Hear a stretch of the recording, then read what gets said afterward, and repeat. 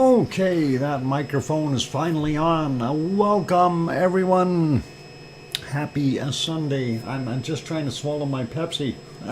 March the 3rd of 2024. Good to have everyone on board.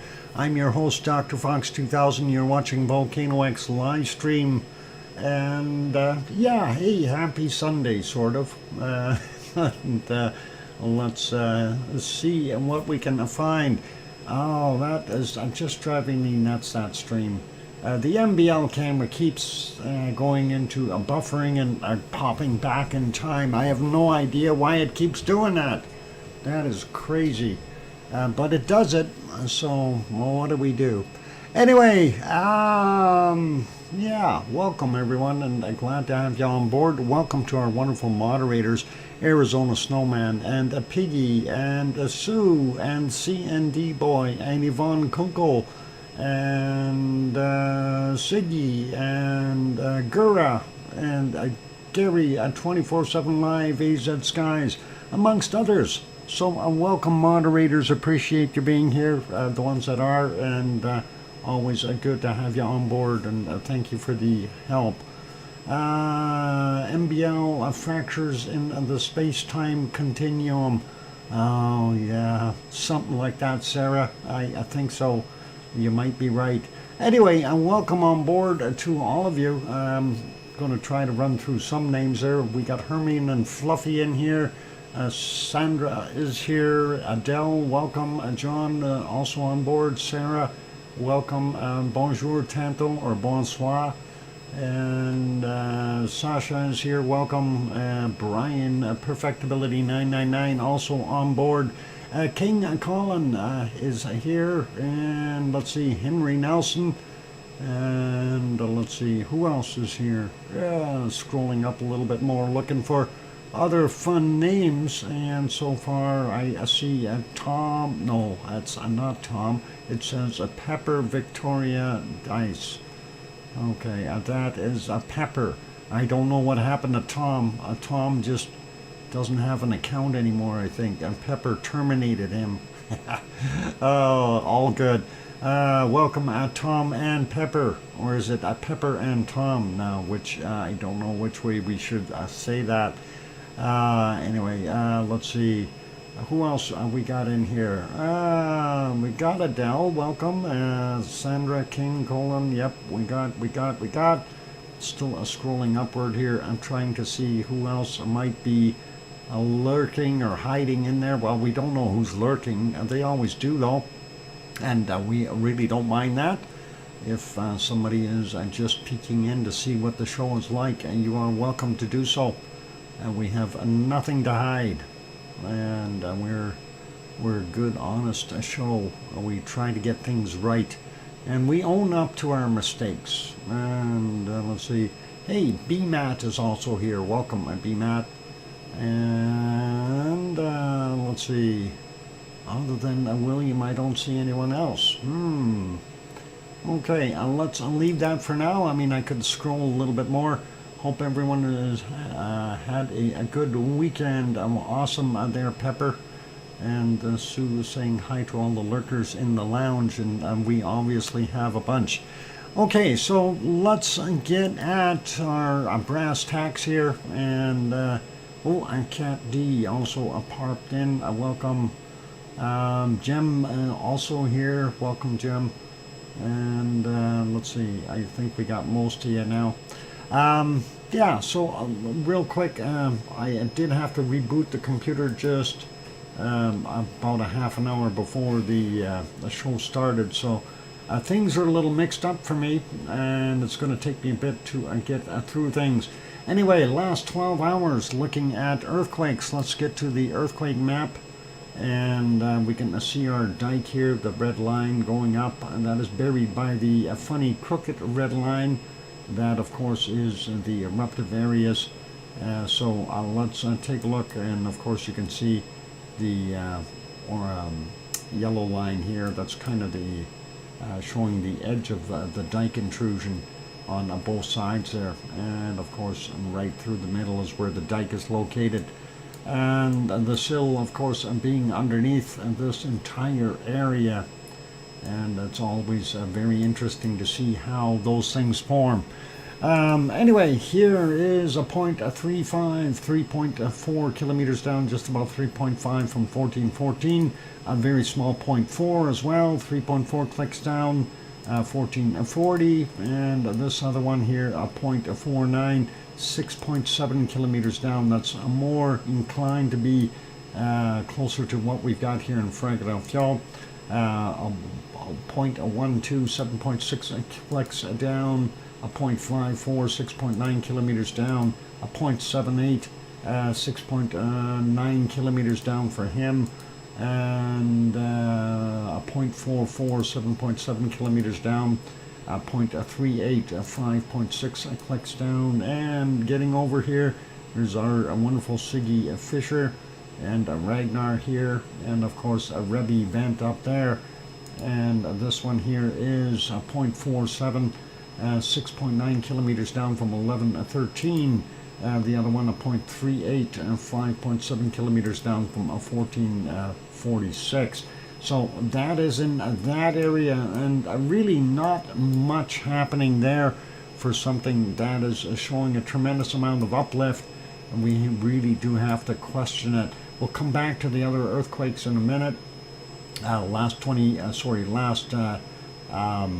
hours, we had 33 in all of Iceland, and in the last 24 hours, the number was much higher at 125. So let's put that back onto the 12-hour mark, and we will go over and take a look at, first off, I guess, the rumble chart, our tremors, and to see what's going on there. Going to refresh that one real quick so we're up to date. And yep, we have seen a slight rise in our magmatic in the course of the day, and a funny spike right in here. Not sure what that was about, and then it dropped off again and started to rebound slightly, but to no avail. We'll see what happens after that. If our purple continues to climb, of course, that is the magmatic color. Green, most seismicity in that range. We can see it spiked at that same place and dropped back down. So something happened there, and I'm wondering if there was a tectonic movement of some sort, because we do see the tectonic spiked up as well, our light blue. And you can see it working here at the end, and of course that's nowhere near enough for an eruption of any kind. Anyway, this is the Grindavik sensor, fairly close to the business end of what's going on, so that's why we use this particular one. Now let's go take a look at the uplift at Schwarzenegger. And I'm going to refresh this just to make sure I'm completely up to date. There we go. So after yesterday's episode, we had that big spike in here, right in there, and you seen this one, and we thought, hey, it's getting right back to business. And then the next one up 4 hours later, boom, much higher, and definitely showing that the uplift has not subsided. And then the next three after that have kind of dropped back down. Well, the two have dropped down. The third one, or last one, slightly up again, and we'll probably see our next one on the climb once again. It seems to bob up and down like a pulsation or wave patterns, and that is always kind of cool. Welcome Grandma B and Alba Girl, and let's see, did I miss somebody else coming in? I hope not. Hope I got you all. Anyway, that should be all cool.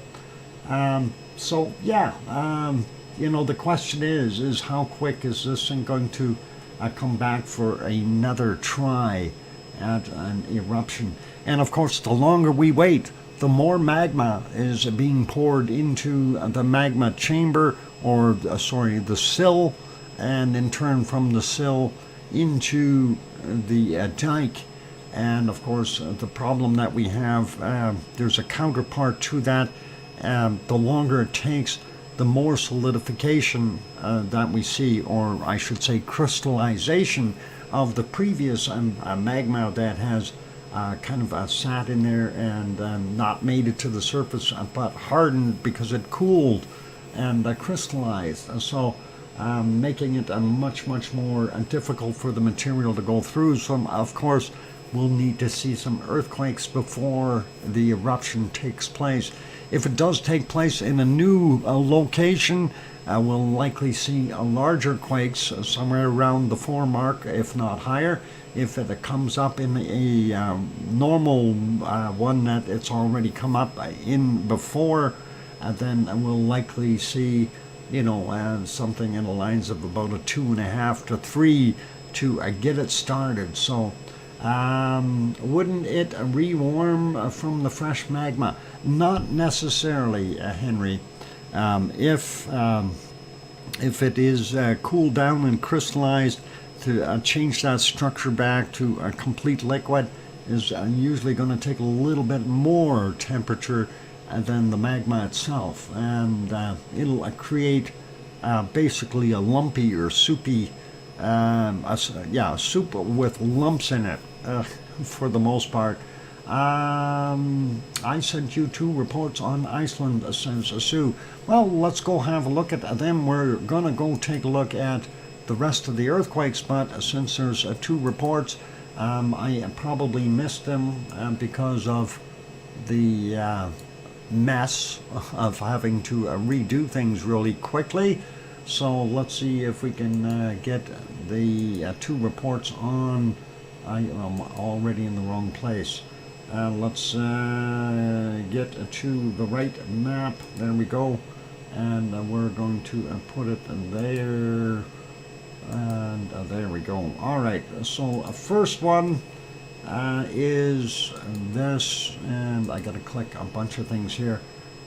Get rid of that too. Reagan's volcano update in intense seismic swarm halted. Small earthquakes subside. And of course, there you can see what we've got going on, and that has basically died out. So I'm not seeing too much more there right now, and we'll see it working again. And they're showing majority of what we've seen was down at that 5 kilometer mark. Nothing really coming up. We had ones that were slightly higher up, but again, most of it right down at that 5 kilometer mark, which would be within the dike or the transfer point from the sill to the dike, which is still technically the dike, right? But somewhere right in those areas, pushing stuff out of the way and getting in there. And I don't know if we're going to see crystallization of that area again, or if it's hot now. Is it going to stay hot enough for a little while, and we'll be able to see it do its thing? Anyway, what's it say here? Maybe later. The intense swarm of small earthquakes has been occurring east of Singefeld and on the Reykjanes Peninsula. The oscillation of the ground surface commenced at about 1600 local time. Telltale signs that the magma has continued to intrude and push its way deeper into deeper rock layers. The microseismic activity has been centered mostly around the southern end of the eruptive fissure from December 18th, as of 1730 local time. A continuous ground vibration and shifted towards the south, closer to Hagefeld. GPS real-time calculations detect a way weaker ground deformation than was measured prior to last December's event. Well, if it's a weaker, how come did it move so much further? Okay, and this signals a lesser volume of magma influx. Okay, that again, how come we're seeing more uplift instead of a shallower uplift in that case? I'm not trying to be rude. I'm just playing the devil's advocate here. Why would it be that way? Maybe they didn't look at that portion of information. However, the situation has rapidly changed as the seismic swarm has ceased. Scientists consider the magma injection to be stopped temporarily or considerably waned. Hence, an imminent eruption is not ruled out. A resumption of magma propagation can take place again. The ground deformation measurements continue, but it is too early to conclude that the magma stopped arriving into the system. Once the magma intrusion appears, the ground deformation is enabled to measure several hours of seismic activity. The ground deformation is enabled to measure several hours after the seismic activity halts. Okay, that doesn't sound quite right, but maybe something wrong there with the translation. We'll leave that one be though, and we'll take a look at the other one. And let's see, that is not in this file. Let's try that one. There we go. And here is the hazard assessment map. They have updated it for the Rakens, and much a clearer picture. I like that. The map as valid from March 3rd, 1300 to March 5th, 1700. And of course we see our heavy hazard zone. Zone 3 is the most likely place to see some activity, whereas we'll likely see less in Zone 7 over here. And I'm not sure what they've gone with the colors here. Yeah, 3, where's a 1? I don't see a 1 on here. Lava flows. Okay, so Zone 2 would be fault movement. Yep, considering they're right on the fault line. And Zone 6, one of the got sinkholes and a fault movement. Yeah, you don't want to be there. And 4, of course, Grindavik, sinkholes and a fault movement. So watch out for that. But you got everything there in Zone 3, and that is the important part to understand and know. Don't go wandering around there. You could disappear very quickly, even in an area that has not had lava flow. It could just be cracked and have a crevice underneath there that nobody can see, and you're gone. And of course nobody's going to help you if you're down a couple hundred meters or something. Not sure what that is. Old door at Thera Town. Okay, that, ladies and gentlemen, that's an old door. There you go. Anyway, the Met Office updated the hazard assessment map for Grindavik area due to the diminished seismic activity. And yesterday, critical zones of danger are as follows. 3 is currently classified as high risk, indicated by the color red, and then 1, 2, 4, 5, and 6 are designated as a considerable risk, represented by the orange color. 7 is assessed as having a moderate risk, represented by the yellow color. So yeah, caution and care whenever you're in that area, so you don't want to get stuck doing something. Thank you, Sue, for sending those 2 reports in. We appreciate those, and let's continue on with our earthquakes. As I mentioned, we only had 33 in the last 12 hours. Let's take a look at the ones over here at Kristevik area first. Old door needs a coat of paint or stain. Oh, come on, Sue. It is supposed to look old and rustic, isn't it? Old, rustic, and uncared for. I never could figure out antiques. You know, oh, leave it look like it got beat up because it looks like an antique. Oh, come on, fix it already. Anyway, .09, 3.8 kilometers down, 1144 there. That's the closest to Krusvik. Krusvik, there we go. Got it. Anyway, the other one here under the lake, 0.28, 4.2 clicks down. We got a 0.51, 5.4 kilometers down, and we've got a 1.28, which is their bigger one, 5.7 kilometers down. Like me, old rustic. You mean you're old and rusty? Okay, B-Mat, we'll leave that alone. Anyway, at 12:32 we had a 5.9 kilometers down up there, 0.7, 4.8 clicks down, and 0.07, 5.4 kilometers down, a 0.0, we got that 07, and what's going on here? There's a 0.7, 4.8 kilometers down, and then a 1.12, 4.6 clicks down, or sorry, 6.4 clicks down. Dyslexia strikes again. 0.5, 5.4 kilometers down for him. Going into the other stuff down on the bottom of that little swarm area there.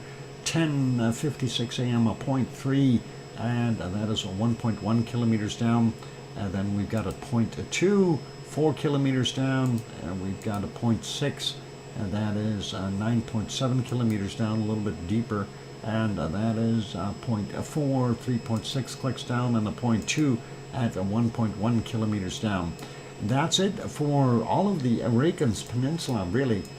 We don't see anything further out either in the water. And then we get over here, nothing at Katla, nothing at Eyjafjallajökull, nothing at Hekla, or anywhere in between.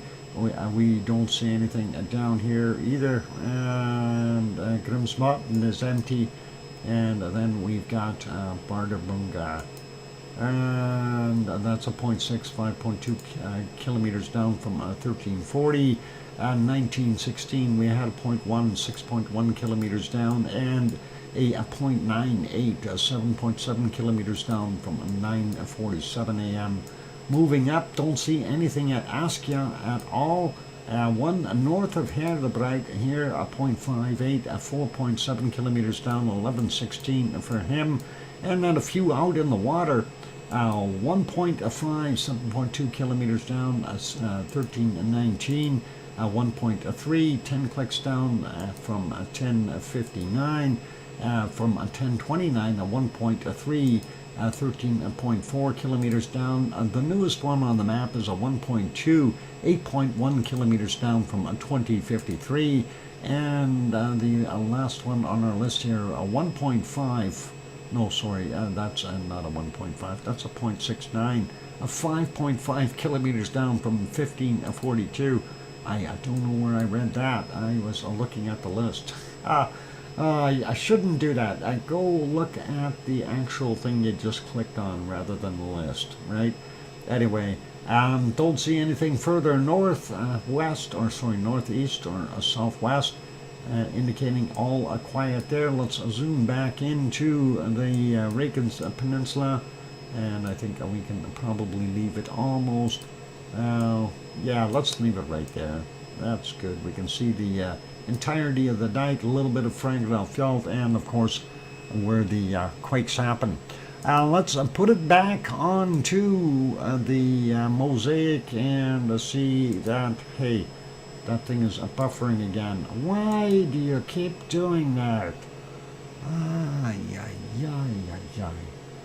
don't understand it.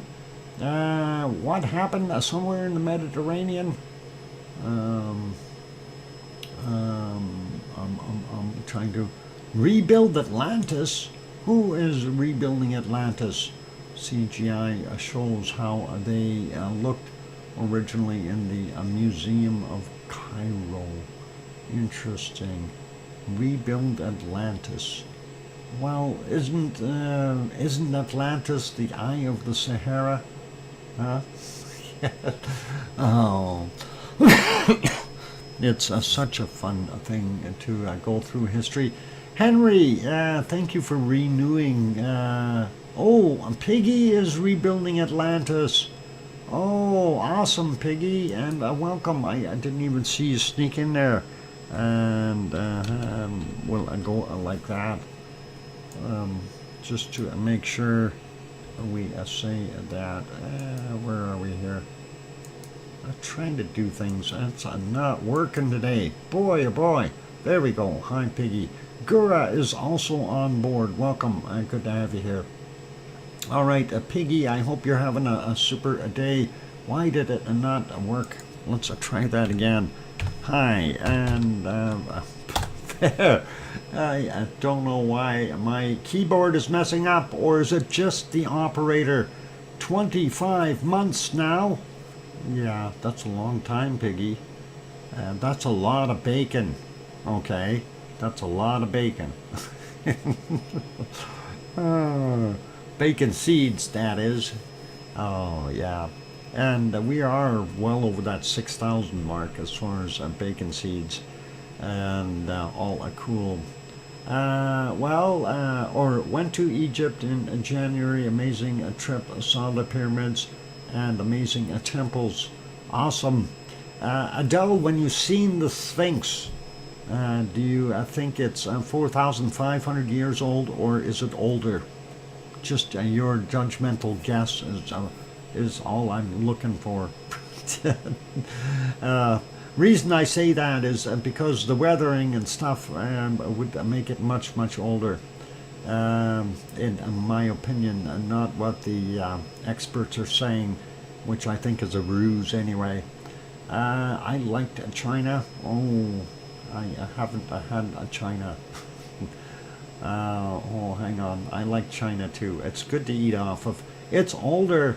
Sphinx is a big cat. Yeah, well, that's the whole thing, Tanto. It used to be a big lion, and then somebody went and carved Khufu's head in there. Or is that just me? Never mind. That's bad humor. Chopsticks.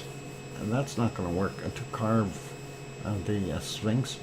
Anyway, it's a time for me to go take a break, ladies and gentlemen. If you haven't yet hit that like button, please help us out. A little bit of humor there from the other stuff, and we like that. Anyway, Napoleon shot it with a cannon. Did he really? Is that who took the nose off? Why would he do that? What's wrong with Napoleon? Oh my God. He should have used chopsticks. Was told that the Sphinx was carved out of the hill so the pharaoh could see the pyramids. I don't believe that. I think the Sphinx was there before the pyramids were. Egypt was once my bucket list, but not anymore. Well, I still have it on my bucket list. I am curious to go see what is there. Okay, time for that break, ladies and gentlemen. We'll get the music playing. Hit that like button if you haven't done that. Subscribe if you haven't done that. And I'll be back in a few minutes. Built by aliens. Yep, there you go. That makes more sense. I'll be back.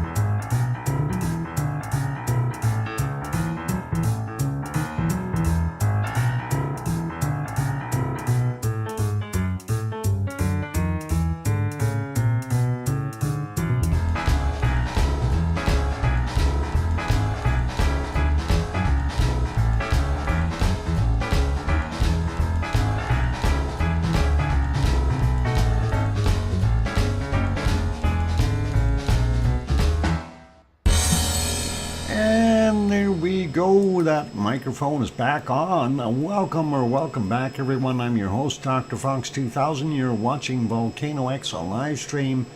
And, looking at Iceland, and we have just very little happening right now, unfortunately. Thank you for the welcome backs from John and Cananaska's country, and Albagirl, and Sue, and Tanto, and King Colin, and Jem, and Gura.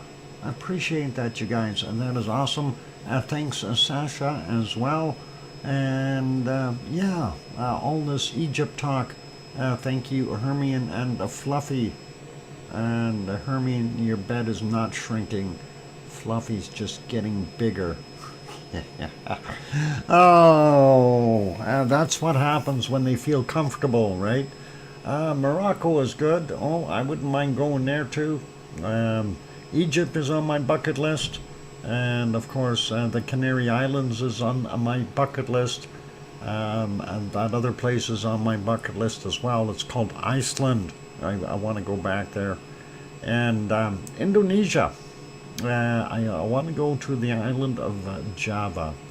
I am overly interested in Ijen and being able to see that blue lava burning, if you will. And of course, that is a very high sulfur content in that.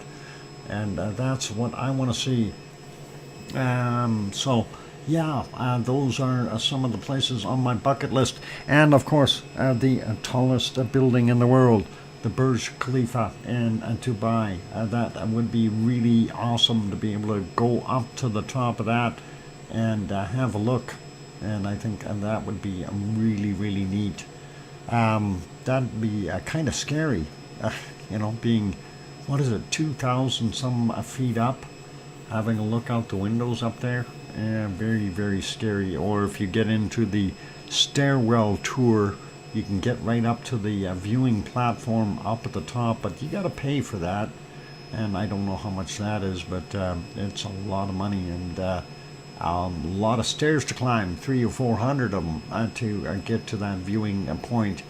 And then you get to take a look around and scare yourself when you realize how high up you are, 2,800 feet on a little stick, basically. What if it broke off? You'd be dead. I think you'd die of a heart attack before you hit the ground. So it is what it is. It's not the fall that hurts you, it's that sudden stop at the bottom. And just think, you would get from 2,800 feet, you would get up to a terminal velocity, which is pretty quick. And I don't know the fall time. Somebody might want to calculate that out. And that is pretty crazy. I wouldn't want to do it. But I still like the idea of being able to see 280 miles per hour. That's if you're in a straight dive there, John. If you flatten yourself out, you can slow yourself down to about 140 or 125 to 140 miles an hour if you stretch out and and kind of go flat against it. But what a way to go either way. I don't know. I think the 280 pointy yourself and make it go faster and be done with quicker is maybe better. Skydive, yep, that's right. We do that. Anyway, it's not much, Jem. It's not going to hurt. You're not going to feel it for very long. It'll be over very quickly at that rate. Anyway, let's stop being morbid. Let's continue on with looking at other volcanoes around the world. And let's now go over to Mexico. And Popocatépetl, of course, and we'll have a look at that. And still going, puffing away, and throwing out a very heavy ash and tephra and gases and these fine particulates. You don't want to breathe them. That'll do you in real quick. Anyway, 15:46 is the local time there. And that's an hour ahead of us, so pretty awesome. If we go back a little bit in time to see what they were doing, 1305 still puffing away, and if you go back even further, 911 about the same, and we start getting into the wee hours of the morning, 721, and the wind's blowing pretty hard and pushing it all over on the other side there, so hard to really judge how much is coming out, but we know it was considerable. And this is getting into the early morning dawn lights there, and yeah, a fair amount of that stuff still coming out. And then of course a moonlit night, and you can see the continuance, but no lava to be seen anywhere. You know, that is the unfortunate part, and we were hoping to see some lava splashing out now and again, but that is just not happening there. So that is kind of what we got going on at Popocatépetl. Wonky Donkey is the best. No conceit there at all, huh, Wonky Donkey?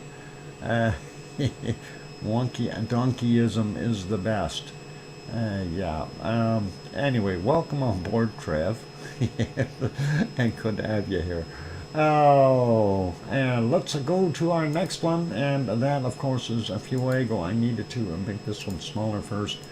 Fuego, looking at it, it just puffed out something a little bit ago here. Let's see if we can get back to it. There we go. And that's just a few minutes ago, 15:47, so about a minute ago. And that is pretty cool. We see previous plumes and nice white fluffy clouds. You can just walk all over that, and that would be a real nice soft carpet to walk on, right? Not. Going back a little bit though, we do have other points where it was erupting, and our nice soft white carpet still there. And even during this one here, we seen it was actually kind of a double whammy here, where it shot up, and it looks so nice nice and clean when you have those white fluffy clouds there. All good. Yeah, Trev needs to get back to Iceland. Let's go take a look at this and see how quickly that did pop out of there. And that was a fairly quick ejection of that material, and as you can see, it was shooting up very, very fast. We see some material dropping right away. It's starting to rain ash particles or larger pieces of tephra as the ejecta gets a little bit higher. And if we just push that, you can see the lava bombs where they dropped, raising the dust, and of course these little phoenix clouds that are being produced as the material slides down the hill. So pretty awesome to see that. And then of course there was a secondary blast out of there again, just like two in a row, so pretty cool to see that. Oh, sorry, there was a third one there, a little puff at the end. Bubbles in the pipe, I guess. And I'll leave that. It's because Wonky Donkey left too much soap in there. Anyway, this is from earlier as well. Nice flat surface, and looking at those clouds, pretty awesome looking. And again, we see the phoenix clouds developing along the side of the caldera here, indicating larger chunks have been thrown out. And this is more like rinse and repeat, and this process happened multiple times. Sometimes our cloud blanket a little thicker, sometimes a little thinner. Here's another one at 7:12 a.m. And if we go back, I don't know how well we can see in the wee hours there into the darkness. We see a little bit right there, but there's a big white puffy cloud sitting in front of us. And I don't know if we could see anything more. I don't think there was. I tried looking for it. It was very, very dark. So likely too much cloud inundating our viewpoint. Anyway, that is it for right now. And that, of course, is Fuego in Guatemala. Let's make that one smaller, go to the next one. And this shot, unfortunately, the shot that I actually had was before the sun moved over, and we could actually see the smoke and the rocks that had fallen in there yesterday, and it's kind of neat to see it. But remember, yesterday we didn't see any smoke coming out or gases, but we are certainly seeing them now again. So obviously that collapse, that material is now being heated up a little bit, and a part of the soup, if you will, down there in the other lava, and that is kind of mixed up in there now. And I'm sure we'll see our volcanoes arc of the lava return in there in the very near future. As well, give it some time. Give it some time.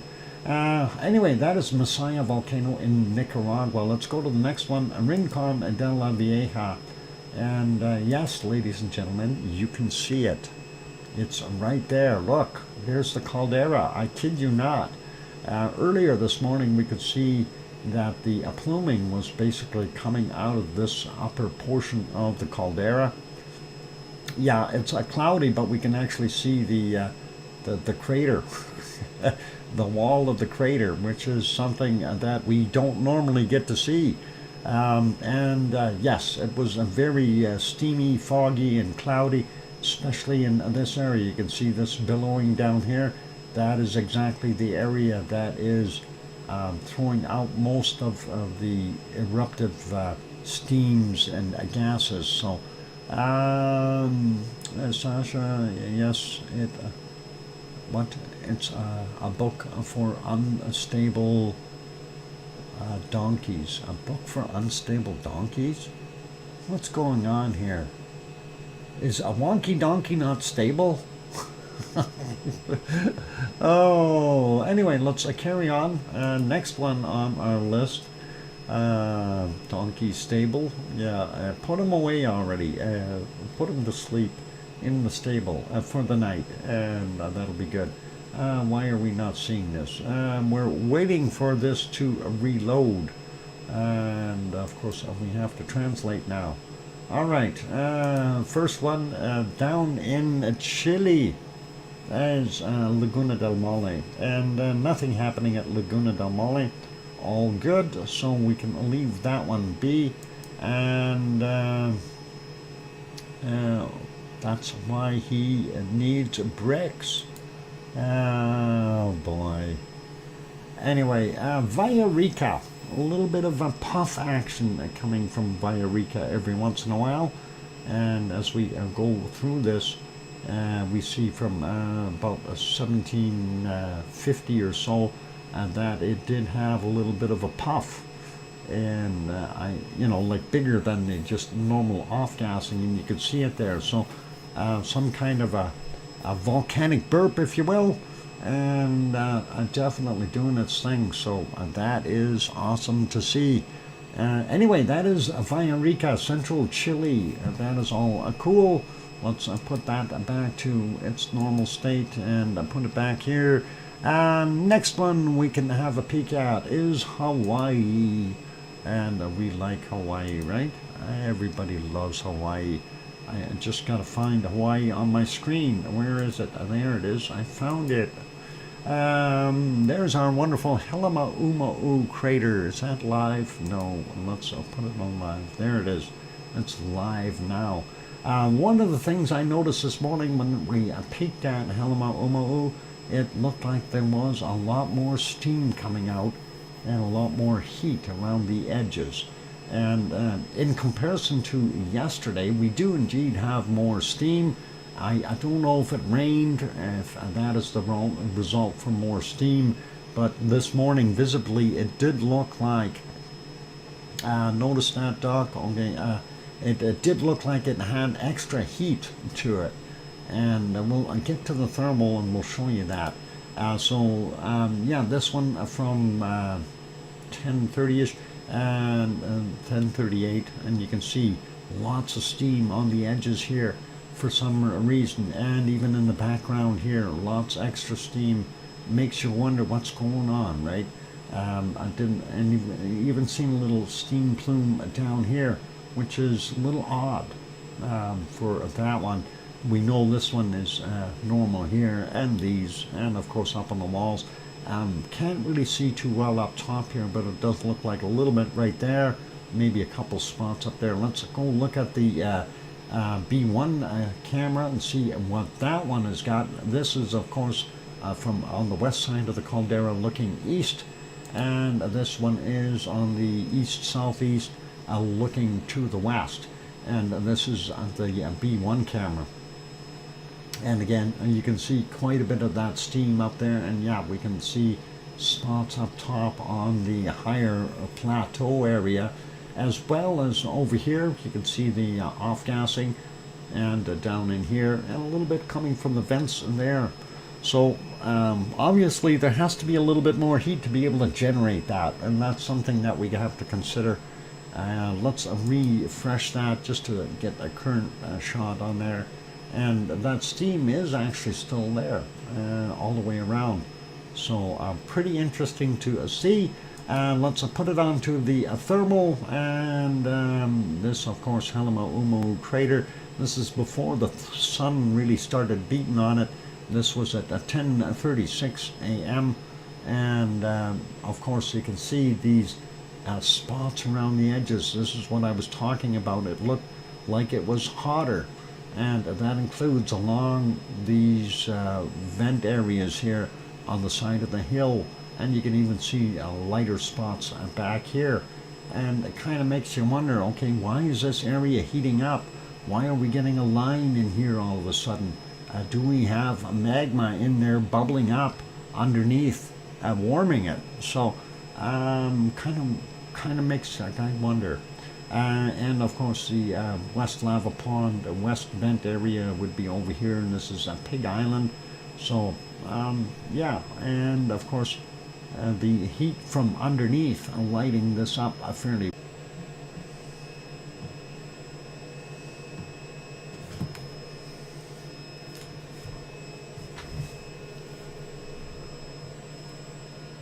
Okay, I don't know if I'm broadcasting or not. When somebody starts hearing me, please let me know.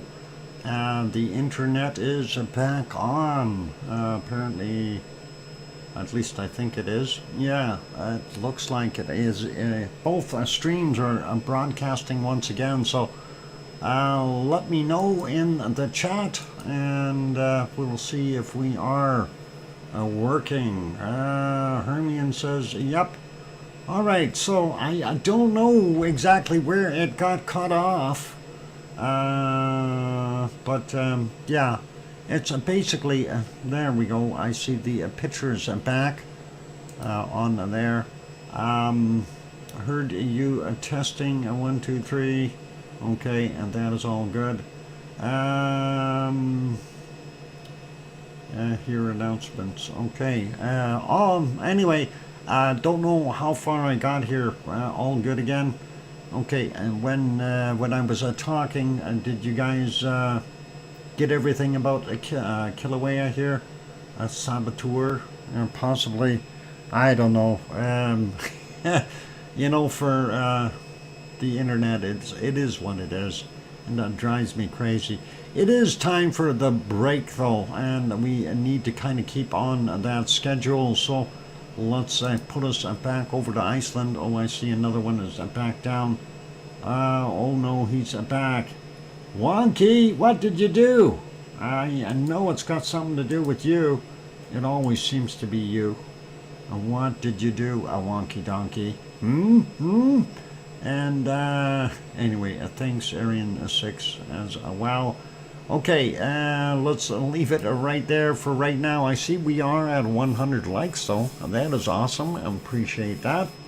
And yep, me, of course, we blame the wonky donkeyism because that's the best place to blame. It says so right here in the wonkyism manual. Anyway, it's all good. All right, ladies and gentlemen, we're going to take a break. After the break, we will come back with bacon seeds. In the meantime, I will leave you somewhere nice, warm, and comfortable, and maybe even, let's see, how about a Pompo Cantipello? We can take a look at that bellowing out while we're on the break. I will have Iceland on my screen just in case something goes wrong. Yeah, it's a semi-tropical. It's nice enough there, though. There you go. The Wonkyism manual. Yes, he has sent out free copies of that, Sarah. All you have to do is just ask him. He'll send you one. It's a very interesting read. No, it doesn't say anything about good. It just says a Wonkyism manual on it. And it says on the publication date 2023 on there. But I don't know. Anyway, I'm going to go for a break. We'll leave it there. Hopefully everything else is still intact. Let's keep doing our things. Hit the like button if you haven't done so already. Help us out that way. Also, if you haven't not yet subscribed, consider subscribing. And did you get my email about the baby otters?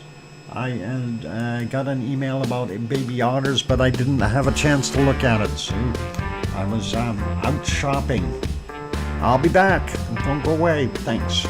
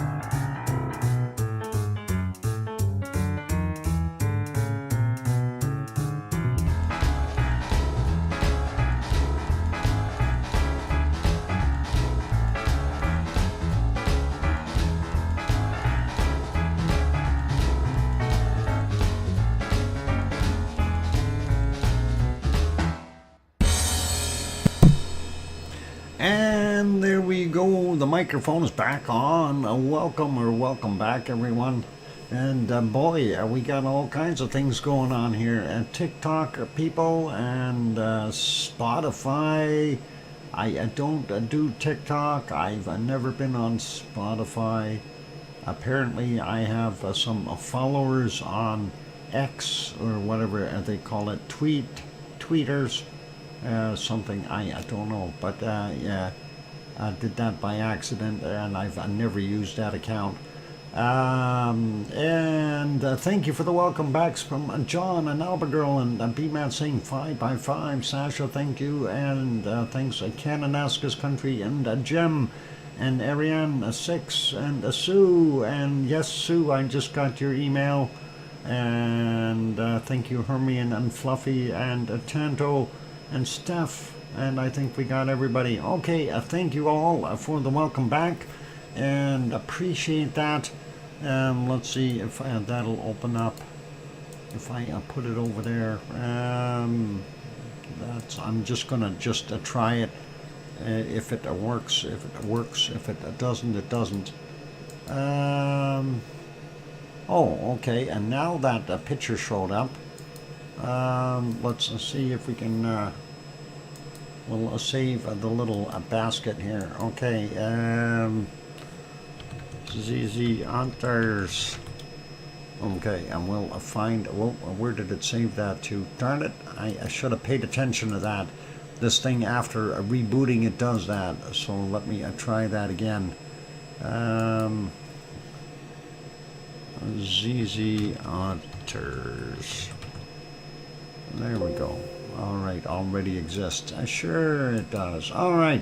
Let's get over to bacon seeds. That's what's next on our list of things to do. And here's the last one from yesterday. And of course, our wonderful Piggy has sent a whole bunch of new ones. And we'll take a look at them. And here's the first one. And I don't know if you can spot the little bacon seeds. They're camouflaged. No, they're not. There's at least 8 of them there, and that is yeah, a big mama, little babies and big huge mama. There's 8, 9. We got 4, 5, 6, 7, 8, and 9. At least 9 I see. Maybe a 10th one back there too. Can't tell. Charcoals. Yep. And mama is big, and she is all smiles, saying, "Hey, my babies are here." And she's happy. She's got a big litter and doing her thing. Yep, the Piggy family. Let's get to the next one. And what a basket case this is. These are little black ones. And they're all kind of smirking and smiling. The one looks like he's about to fall asleep. And that is pretty awesome. And let's see what we have for our next bacon seeds. And that is this. What do we got here? Oh, that's another mama with a few little ones there. And the mama is saying, "Hey, you want to take a picture? Just make sure you get the good side." Anyway, that is pretty awesome. And let's see. Yeah, a snout looks yeah. My aunt owned a pig farm, learned work ethics at a young age. Yep, you work really, yeah, piggy sass. Anyway, here, this is a piggy sass. That's when you get a sassy pig talking to you. He's telling you what he thinks. Yeah. Anyway, there's a few there. The one, of course, is devouring. I don't know if that's an arm or a leg or what, but he's going after the buttons, I think. And the other one is keeping the camera busy. Maybe he's going after the camera. Little guys. Yep, pretty awesome. Let's continue on here, and we'll see what our next bacon seed is. It's a shin. I don't know. I can't tell. Oh, yeah, that's the shoe. He's undoing the shoelaces. That's what it is. They're trying to get his shoes off so they can chew them up. Pretty awesome. Let's go here. And these ones are a little bit more brownish, but they are still very dark in color. They might even have racing stripes, I'm not sure. Yep, it looked like a leg with a shoe on it, and they were untying the shoe. I guess they taste better that way. Hairy beard, yep, the bearded one. Definitely a stylish pig. 70s pouring sour milk into a big barrel. Oh, yeah, that happens. And of course, this is just a little bacon seed with a smile. He's leaning on his brother and just hanging around, having a good day, being relaxed, and good looking little bacon seed. And let's carry on and look at the next one. This is a carpet runner. This is just a little guy. He loves being a little carpet runner, and that is awesome and nice to see. So very, very cool. Twee, yeah, just a little tiny wee guy. And let's take a look at what our next one is. Grandma B says a furry. Yeah, those ones, the last ones there, they were outdoor types. This one is more of an indoor type, although he's got some fur too. So next one is this guy. He's bedding down for a nap, his afternoon nap, and that'd be awesome. And let's continue on here. And this one is kind of peeking straight at the camera. We like that. And that is a kind of a cool looking pig. Nice and clean though. That's one thing that I noticed with all of these. Nobody was dirty. Even though they are black in color, it's hard to tell, but nobody was dirty. All right, let's go take a look at the last bacon seed for today. And that is this one. And that is a tiny little one, a very, very young, still wrinkly, and needs to eat. And definitely get some mama milk in there and start growing. So there is your bacon seeds for today. A big thank you to Piggy for sending those in. Very awesome and really appreciated. And thanks, Piggy, if you happen to be watching. All cool. And let's carry on with the next thing, and that is going to other volcanic activity around the world. We're going to head over to Merapi in central Java as soon as I can find where I've put that scene. That might be about here. Something didn't line up there. I'm going to have to recapture that one, I think.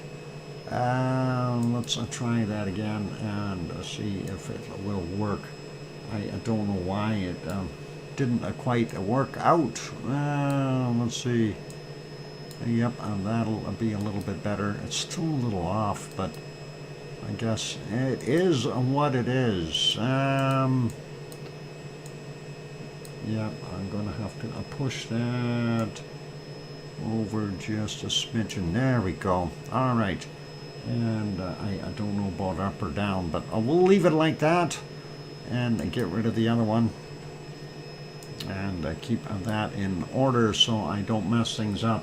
Anyway, that is Merapi. It's not very clear right now. Let's back up and see what it was looking like during the course of the night.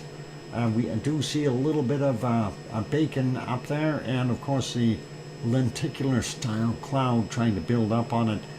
Here you can see in the IR cam that we did have a fair amount of material heading down the hill. Let's get to the beginning of that one and just see if we can watch it flow.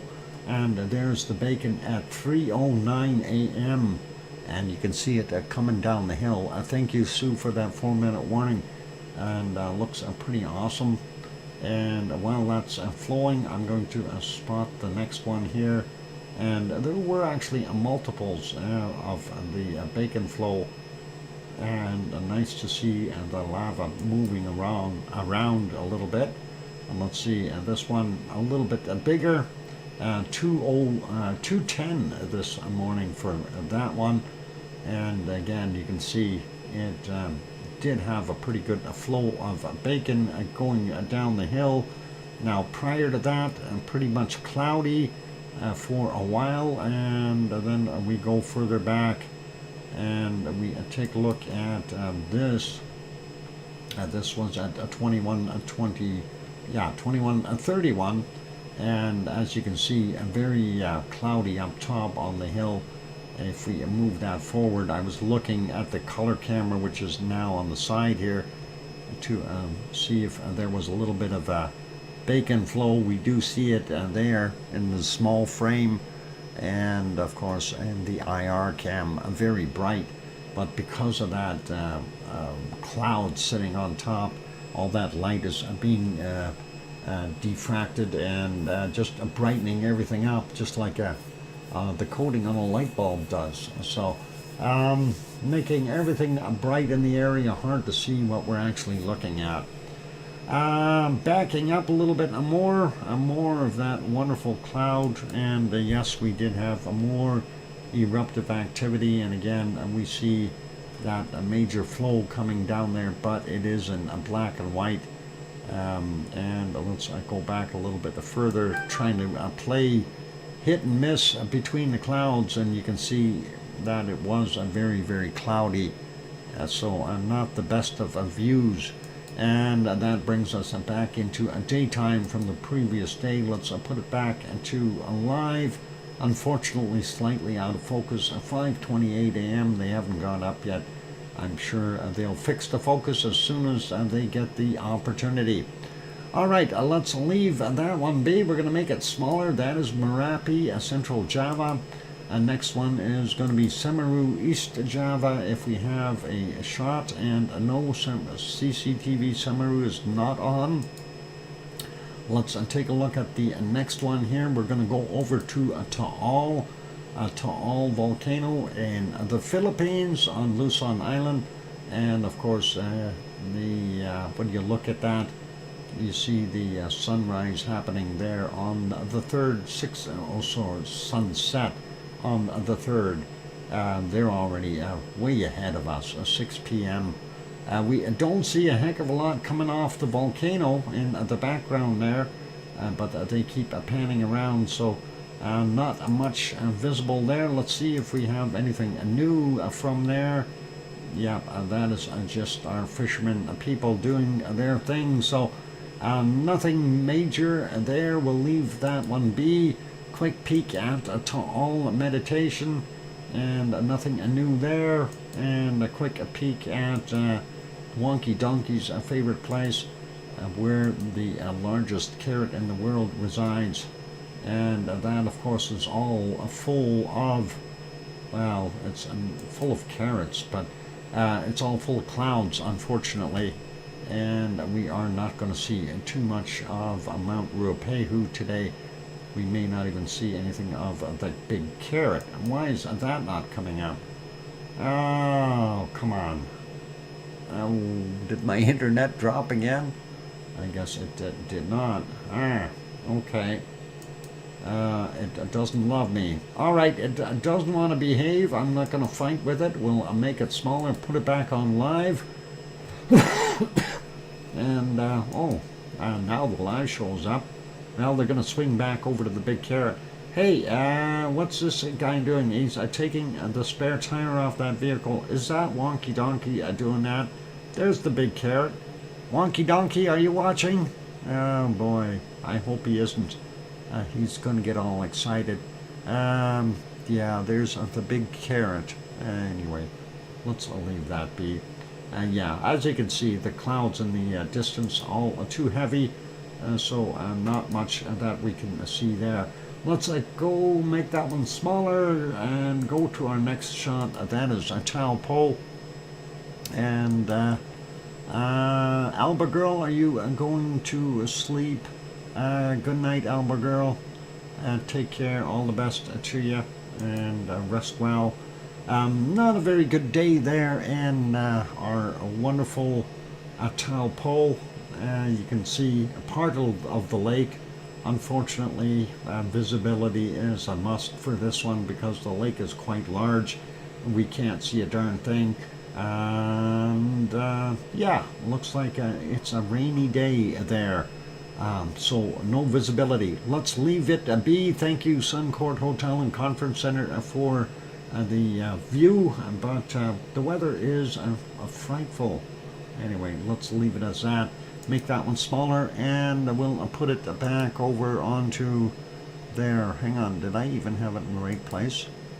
Why is this? Oh, why did that go there? Hang on, something is gone awry here. That I messed up. There's a taupo. Yeah, foggy motorhome. Okay, we seen that. I don't know why it didn't love me. It went to somewhere else. Okay, we'll make that smaller. There we go. And now we'll put it back onto Merapi. There we go. All right, got that fixed up. Back to Iceland. I know where we're safe, and that's in Iceland. Let's leave it there. Time for a break. So hang in there, everyone. And for those good people who are here, if you have not yet hit that like button, give it a quick bop. Also, if you have not yet subscribed to the channel, consider subscribing. On that friendly note, I'm your host, DrFox2000, here in Edmonton, Alberta, Canada. I'll be back in about 5, 6, 7, 8 minutes, something like that. And I hear some music in the meantime. Keep smiling.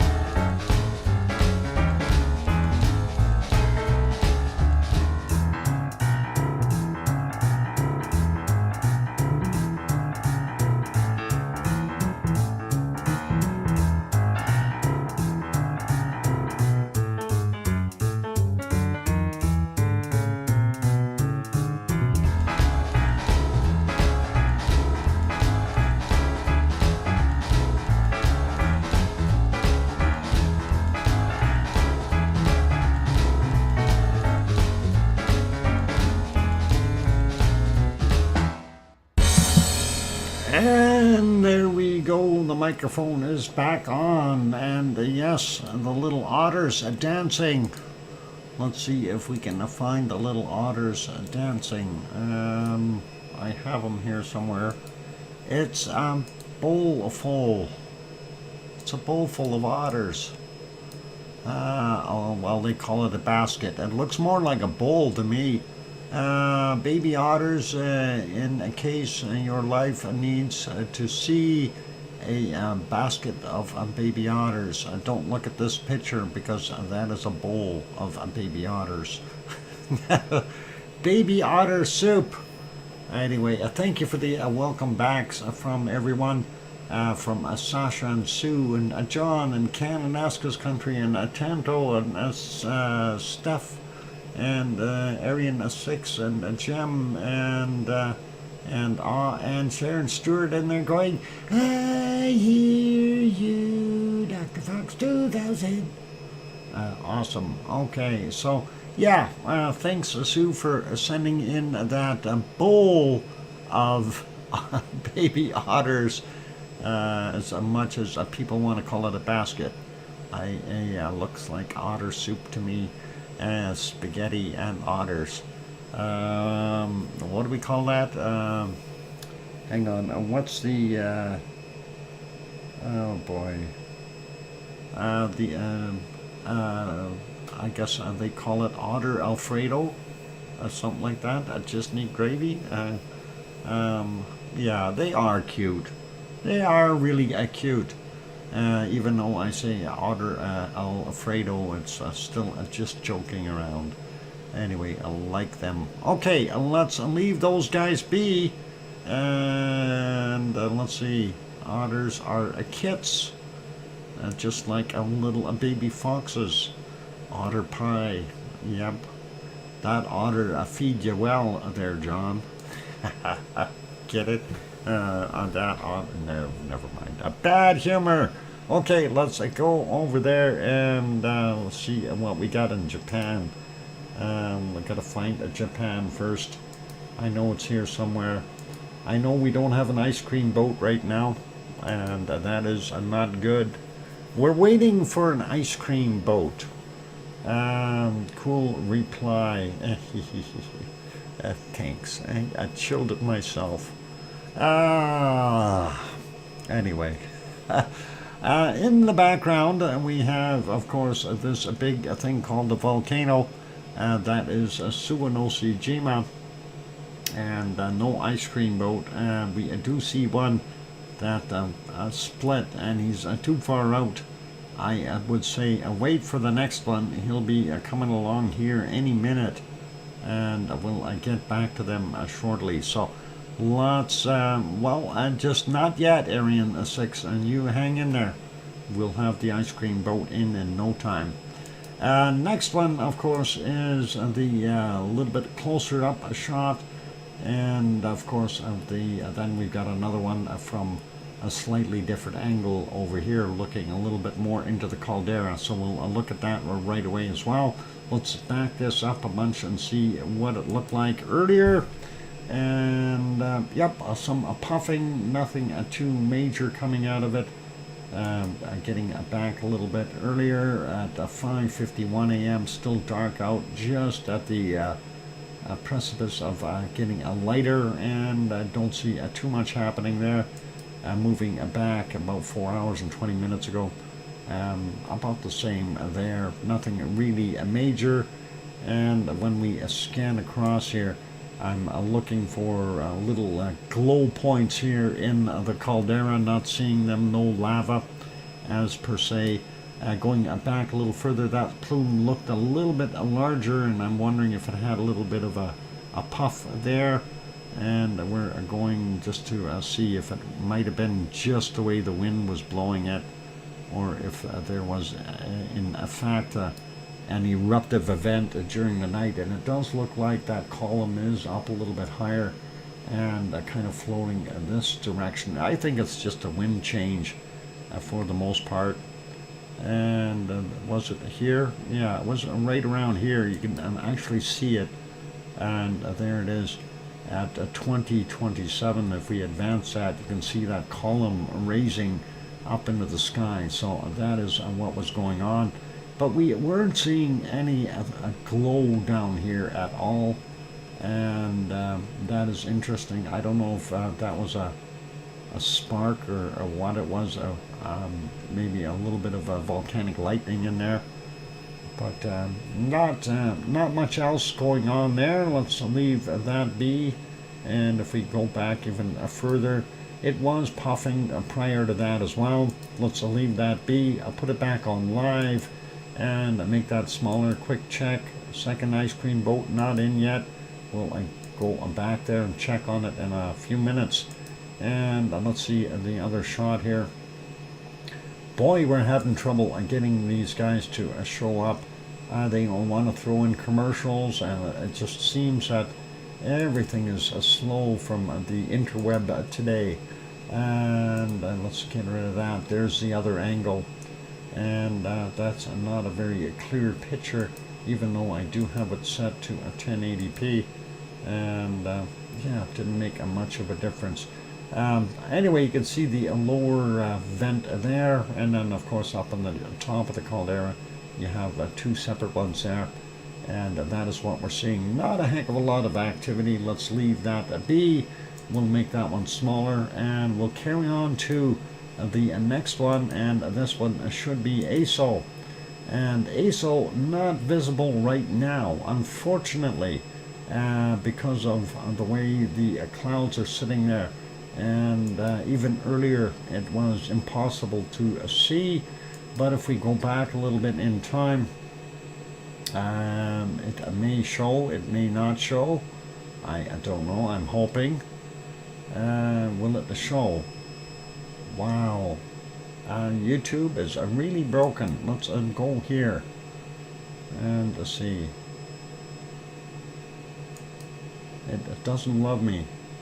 For some reason, it just doesn't want to go back in time, and yeah, it makes no sense to me. Do we have to wait forever?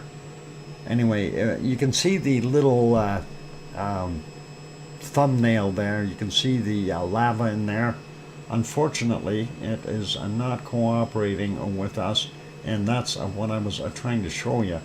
Let's see if we go back. Oh, that one did work.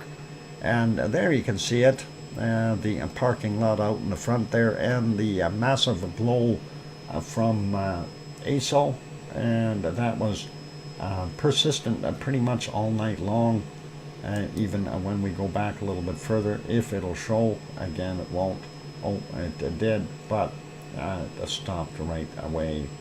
Anyway, that is pretty much the way that one has been going, so I'm not sure what to expect from it.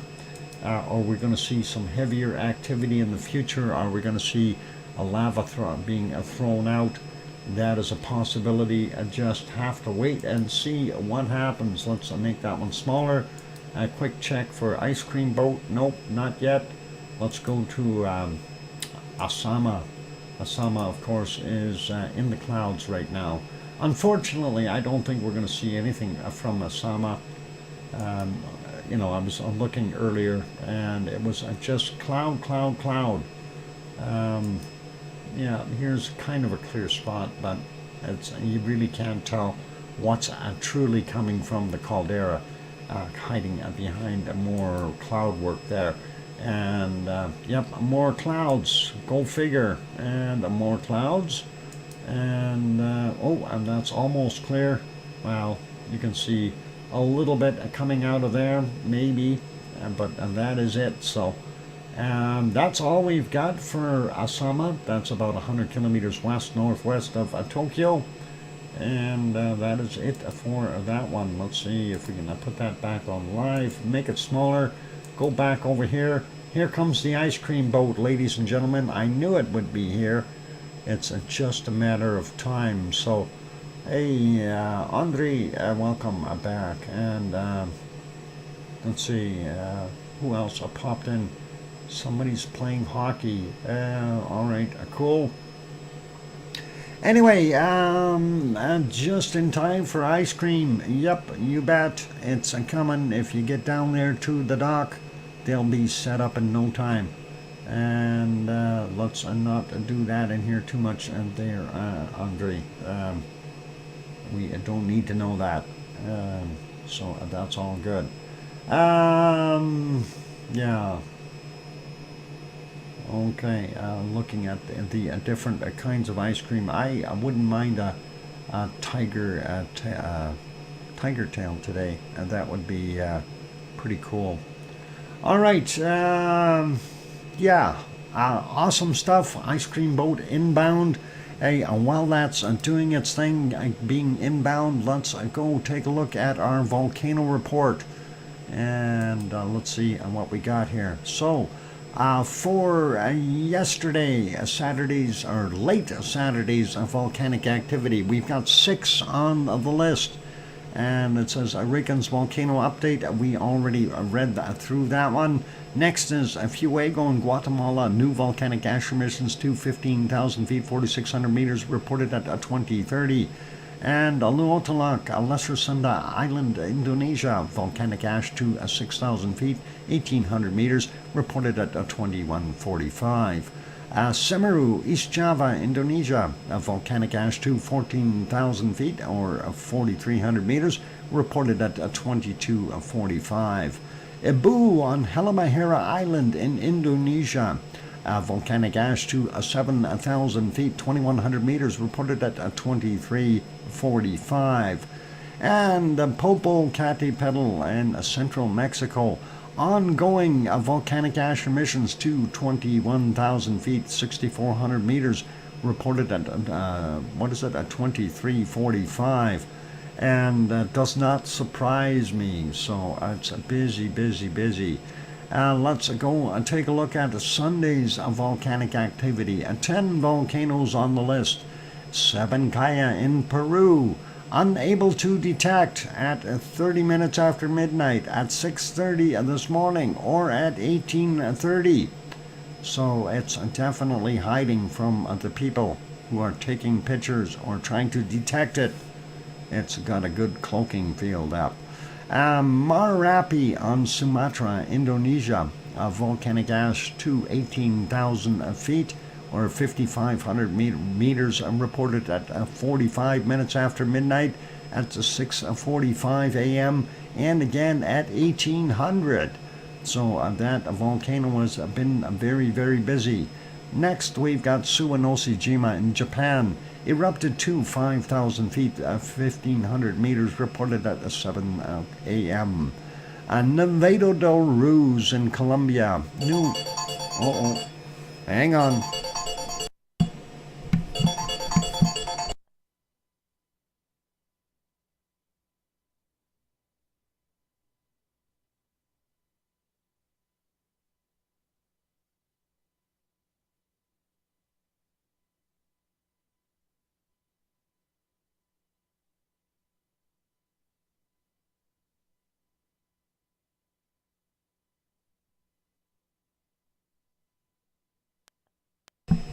Yep, I always answer my mother's phone calls, just in case. Anyway, missed out where I was here. We got Suwanoshijima, Nevado del Ruiz, new volcanic ash emissions to reported at 7:30 a.m. And then, of course, we have possible volcanic ash emissions to 22,000 feet, 6,700 meters, reported at 18:45. And Fuego in Guatemala, volcanic ash emissions to 15,000 feet, 4,600 meters, 7:45 a.m. And then sporadic emissions of volcanic ash reported at 1915. Next is Popocatépetl, central Mexico. Significant volcanic ash emissions continue to 19,000 feet, 5,800 meters, reported at 8:30 this morning. And Sakurajima in Japan, it exploded to 7,000 feet, 2,100 meters. That was that eruption we were watching from 11:45. And or is that right? No, maybe that's not the one. Maybe it had a different eruption. Anyway, 2,100 meters, yep, 7,000 feet. I guess it's still there though, even though it exploded. Volcanic ash is not identifiable in satellite imagery, reported at 1800. Next, we've got Semeru, East Java, Indonesia. Volcanic ash to 15,000 feet, 4,600 meters, reported at 1245. And then we had that second Reykjanes volcano update. We already looked at that as well. And we have a report from Luotalak, Lesser Sunda Island in Indonesia. We'll have a look at that. Hopefully everybody has got their ice cream. Thank you, Sue, for getting me that tiger tail. And thank you for getting that report in there. That is awesome, as always. And let's see if we can get over to the other page here, and we'll bring up that report real quick, if I can do that. Where is it? There it is. All right, so let's see what we got going on there. And that, I need to make that bigger. I close this. All right, Luotalak, and that is a volcano, Lesser Sunda Island, Indonesia, continuing lava flow on a southern slope. And there we can see that. This is a Sentinel-2 image, and you can see that flow going down the hill there. Pretty awesome to see that, and of course the billowing smoke and steam from that eruption as well, and all cool. Let's see what the next shot looks like, and this is a comparison of activity within a 1 month time range from the Sentinel-2 volcano. So it actually only looks like yeah, 2 photos one month later. So that's what we got, but it gives you a good idea of what it was doing, and you can definitely see the changes around the edge of the caldera here, and definitely a lot more dry material in this area now. So, and flow down here, of course, of fresh magma or lava. Anyway, let's leave that one be. And oh, they had one more shot there. I should have got that one. And there we go. MV.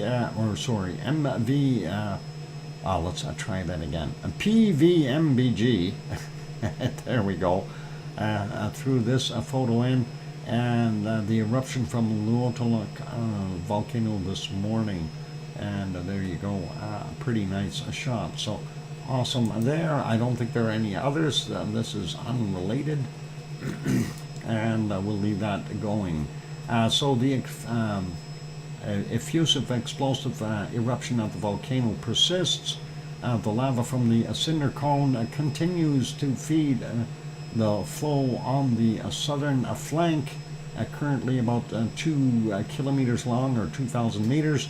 A strong thermal anomaly at the volcano's cinder cone and the southern slope is being detected by Sentinel-2 image acquired today. So you can see where that is in that shot there. So the lava flow, pretty cool. Anyway, occasional strombolian and large volcanic explosions continue to take place from the crater within the main caldera. Gray ash plumes rose to a height of 6,200 feet, or 1.9 kilometers, or 1,900 meters, and drifted southeast this morning. The Volcano Observatory reported seismic signals with a maximum amplitude of 38.4 millimeters and a duration of 88 seconds yesterday. And it goes about on about the warnings there. Don't be too close to that volcano. Let's put you back here and put you back here. It is break time, so we'll go do our thing, and I'm gonna eat my tiger tail ice cream. There you go. Anyway, for those good people who are here, if you haven't yet bumped that like button, give it a quick shot. If you can do that for us, it is free after all. And also, if you have not yet subscribed, consider subscribing if you're enjoying the show. On that friendly note, I'm your host, DrFox2000, and I'll be back in a little bit. Don't go away. Here's some music while I'm on break. I'll be back.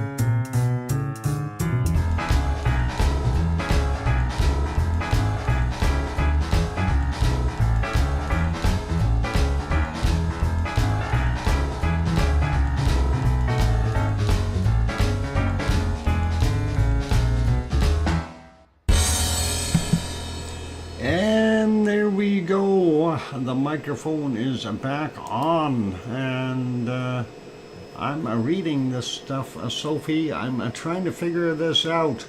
Undersea eruption, and hardly anybody noticed. That is something a little strange.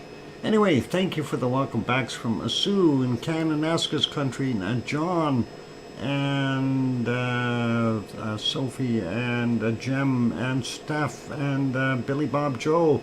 Thank you and welcome on board. And I think we got everyone. Okay, so yeah, I didn't hear anything about algae popping. Thanks, Andy Morgan, and Matt Beal. Hi all, listening to a better time today in UK. Okay. Well, yeah, it's a little bit earlier. Weekends is what we try to do there, Matt, a little bit earlier, and I know it gets a little late during the course of the week, but there's not much we can do about making that stream time a little different. It doesn't work well with my work hours, so it is what it is. Yeah. So I'm wondering about, what just write LD eruption on YouTube. Well, we'll have to maybe do that if I get an opportunity to do that later. But even our volcanologists haven't ever mentioned it, so I don't know if there was something going on there. We thank you for doing the weekend show like this, Doc. Jim, no worries. I wish I could make it a little bit earlier on the weekdays, but unfortunately, because I work the hours that I work, it's physically impossible to do that any earlier. My job doesn't start it'd be better if I started at 7 a.m., I think. Had some filmed, okay, some had filmed it, okay. No worries. Then maybe that got missed somehow by everyone else, and only a few got wind of it. But we did, I do know we did have a bunch of quakes around that area out there by LD. And I'm not sure exactly when it was because we have that so frequently. But we do have that, so interesting stuff nonetheless. Anyway, we've done our volcano report, and we have had a look at Japan and those places. It's time to go do some earthquakes around the planet. I gotta find my earthquake map. I know it's here somewhere. And I found my earthquake map. Alright, let's go take a look at what we've got on there. First thing we're looking for, of course, is really big spots. We see one here on the Eastern Island region 5.0, and that came in at 8:56 a.m. Today. And what is this one? This is Macquarie Island region, and that is 9:16 a.m. 10 kilometers down. A possible tsunami. And what's it say? No tsunami shown there, so no tsunami, but a 6.7. That is quite large. I don't think it would have affected too much of an area here. I don't know how much they would have felt it in New Zealand itself, but that is quite a ways away. And then of course we follow along. We see another one down there, a southwest Indian ridge, also moved a little bit. So we've got some continental movement of a sort. Let's start at the top though. Kamchatka Peninsula in Russia. Don't see anything on there that's new. And then going through the Aleutian Islands, really nothing big there today. Very, very small, if anything, and that includes the main body of Alaska as well. And we had 167 kilometers northwest of Tanana, Alaska, and that is 3.2. Not very large. Sliding down the North American west coast, we see a couple little ones here right around Ferndale, 2.2, and then a 2.7 Petrolia. and nothing new and that other swarm, so that is all good. I'm not seeing anything in the rest of Canada. Some little spots down here in Oklahoma, and where's this one? This is in Arkansas, and that's a 1.7, very small. But sliding down a little bit more, we see the bottom end of Mexico there. This is Guatemala, is it? Yep, a 4.2. 9:28 a.m. 52.2 kilometers down for that one. And the other one is in El Salvador, and that is a 4.3 from yesterday at 2020, and 95.3 kilometers down. Looking at Colombia, nothing there. Sliding down here, this is hard to say. Is that Bolivia? It is, and it is a 4.4 and magnitude, 1725 yesterday, 259.9 kilometers down. Nothing new down here in the South Sandwich Islands. We've already looked at the Antarctic rise here, or ridge. We see the big one, the 6.7 from a 916, and nothing new there either. And of course New Zealand, no new ones and that are over 4 and detected by USGS. I'm sure they've had some small quakes there as well. And looking at 4.9 Kermadec Islands, and that is from 1901 yesterday, 10 kilometers down for it. Nothing in Tonga, nothing in Fiji, and nothing in Vanuatu, nothing in Papua New Guinea, but eastern Indonesia, Papua, had a 4.9 there. Yesterday's 34.6 kilometers down.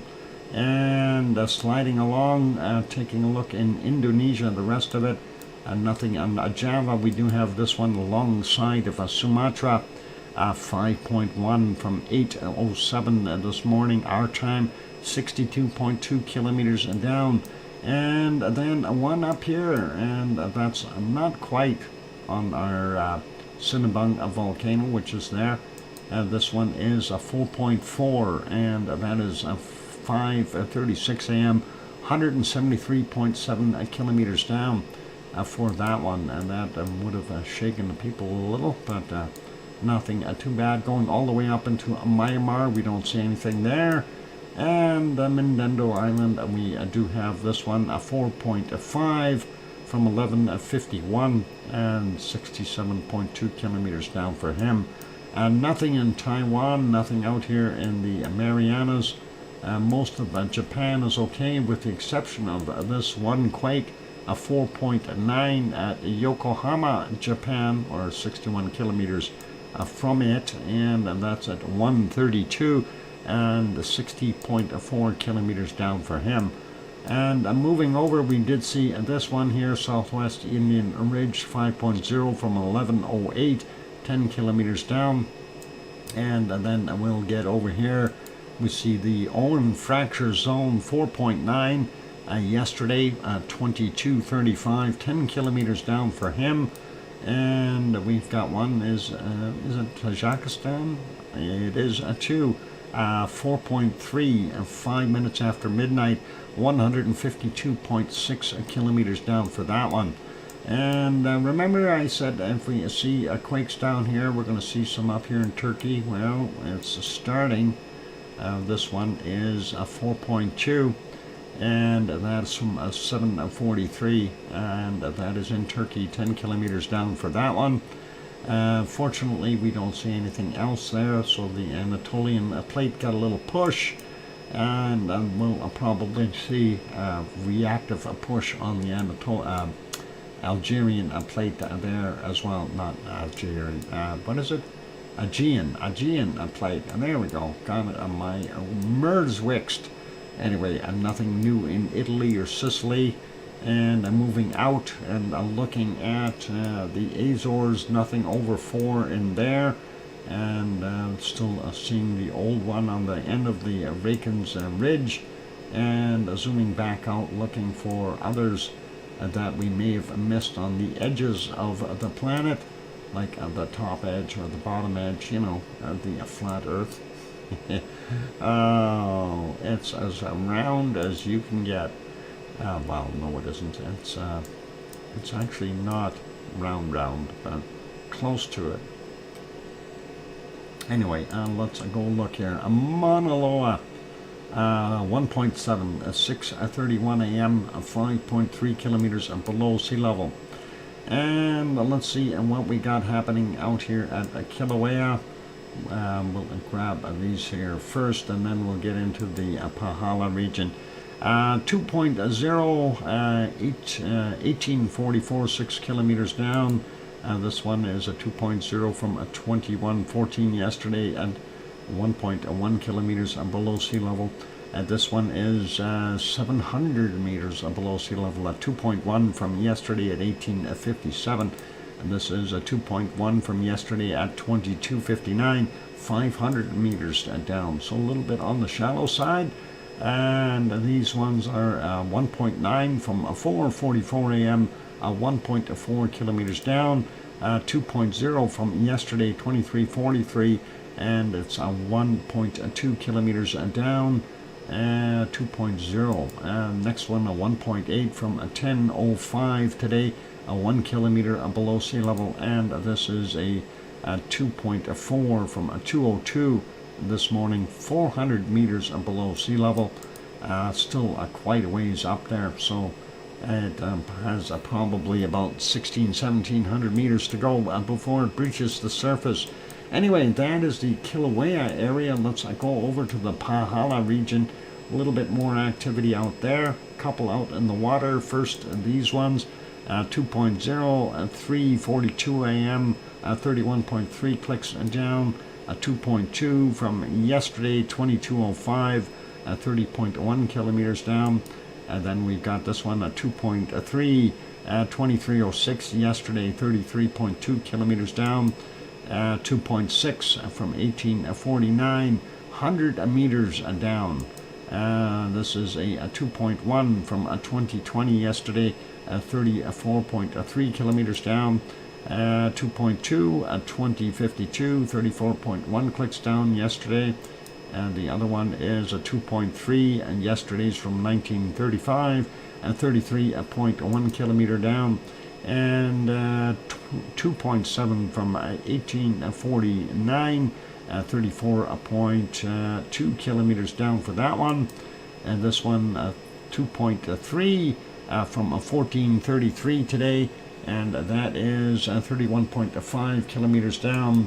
Next is a 2.2, 1540 today, and that came in at 31.4 kilometers down. 2.9, and I think that might be the biggest so far today, 4:34 a.m., and that's 31.4 kilometers down. 2.5, 2:14 a.m., 29.8 clicks down, and a 2.3 from 2332 yesterday, 35 kilometers below sea level. That is your Hawaiian earthquakes, and interesting to see a little bit of pickup in activity here at our wonderful Kilauea. I'd like to see more activity there, and we may still see Kilauea pop. Maybe it'll pop before Iceland does again. I have no idea. Anyway, let's zoom back out. We don't see anything else happening there, and that is all good. Before we get into other stuff, hey, Yvonne Kunkel, I'm erupting soon too. Why are you erupting, Yvonne?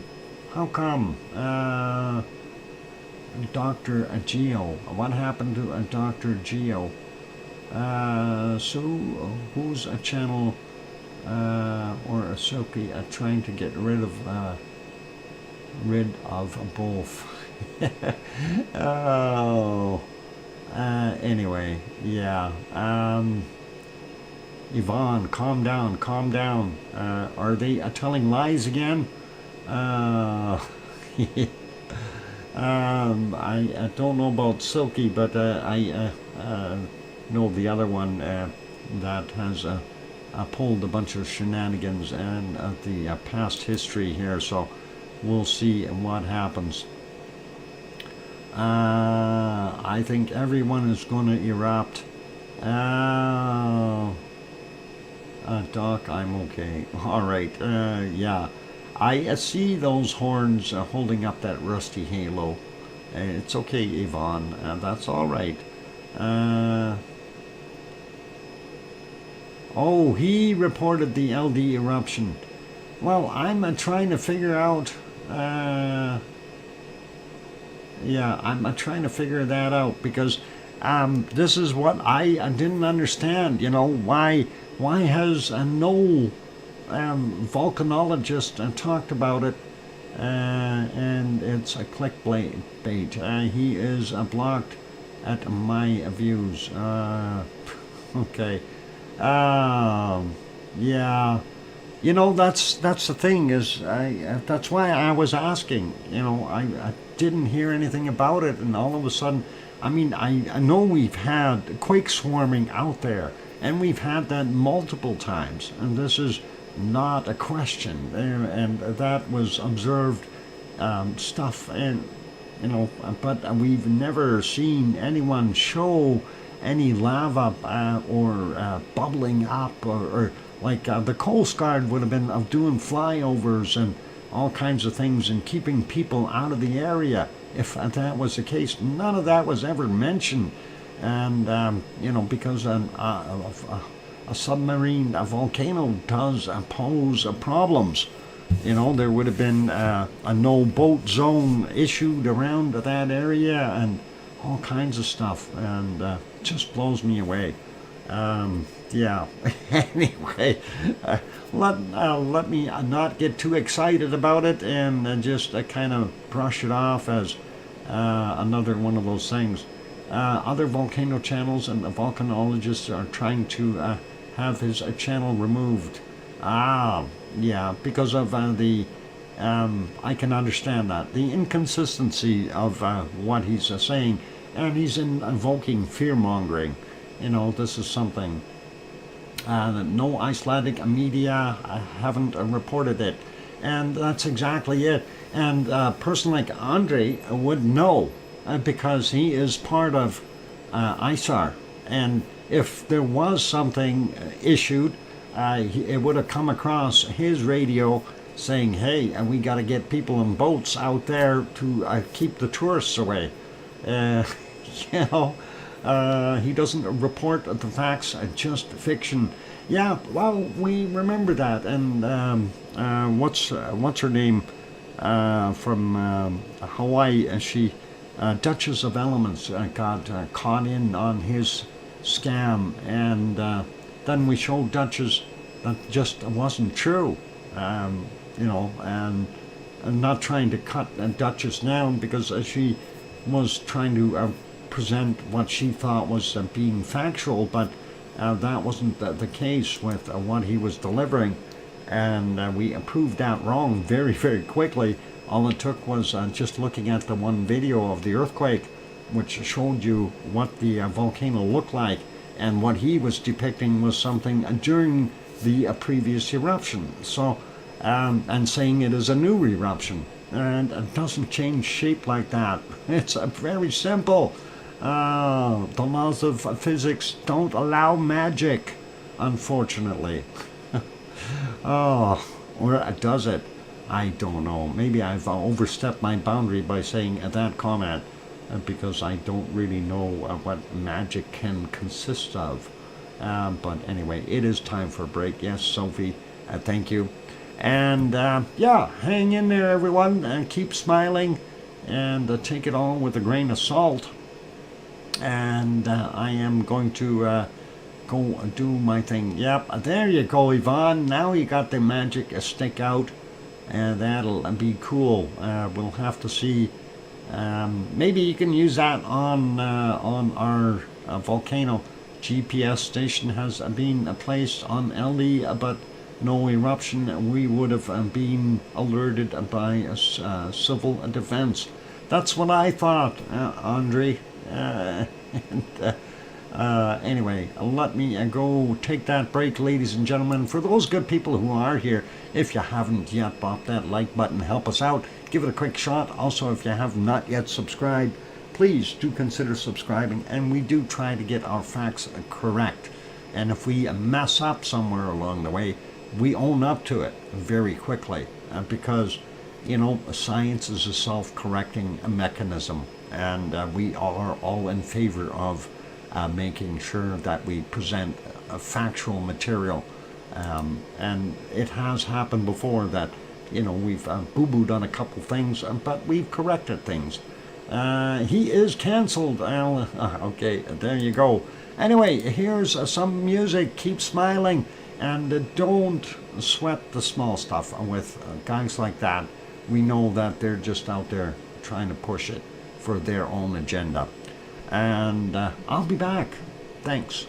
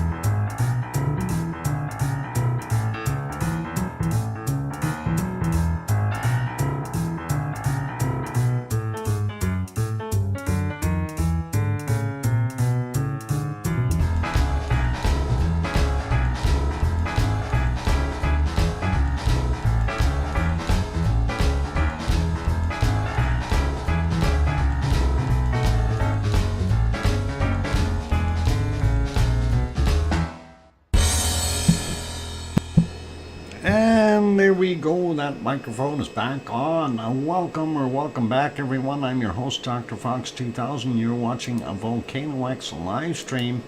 And thank you for the welcome backs from Sue and John and Jim and BMAT saying 5x5 and thanks Canada's country and Steph and Andre.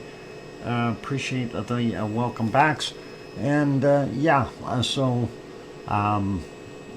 of course Sharon Stewart with her I hear you, Dr. Fox 2000. She is speeding that up a little bit. Wow. Anyway, cool. Thanks, Sharon. And let's see, what else we got? 3 meters of snow. 3 meters of snow? Where the heck are you there, Mars? Oh, hang on, you're on the planet of Mars. Some places are going to get 3 meters of snow. This storm needs to be taken seriously. Oh boy, a rescue drone. Wow, a rescue drone? A drone designed for rescue operations is arriving next week as well. I wonder what they're getting. Any idea, Andre? Is it maybe a T30 by chance? Is that what they're getting in? Because that is a sizable drone, and it is capable of carrying a couple of pounds and that kind of thing. 6 propellers on it, so used for IR and of course thermal.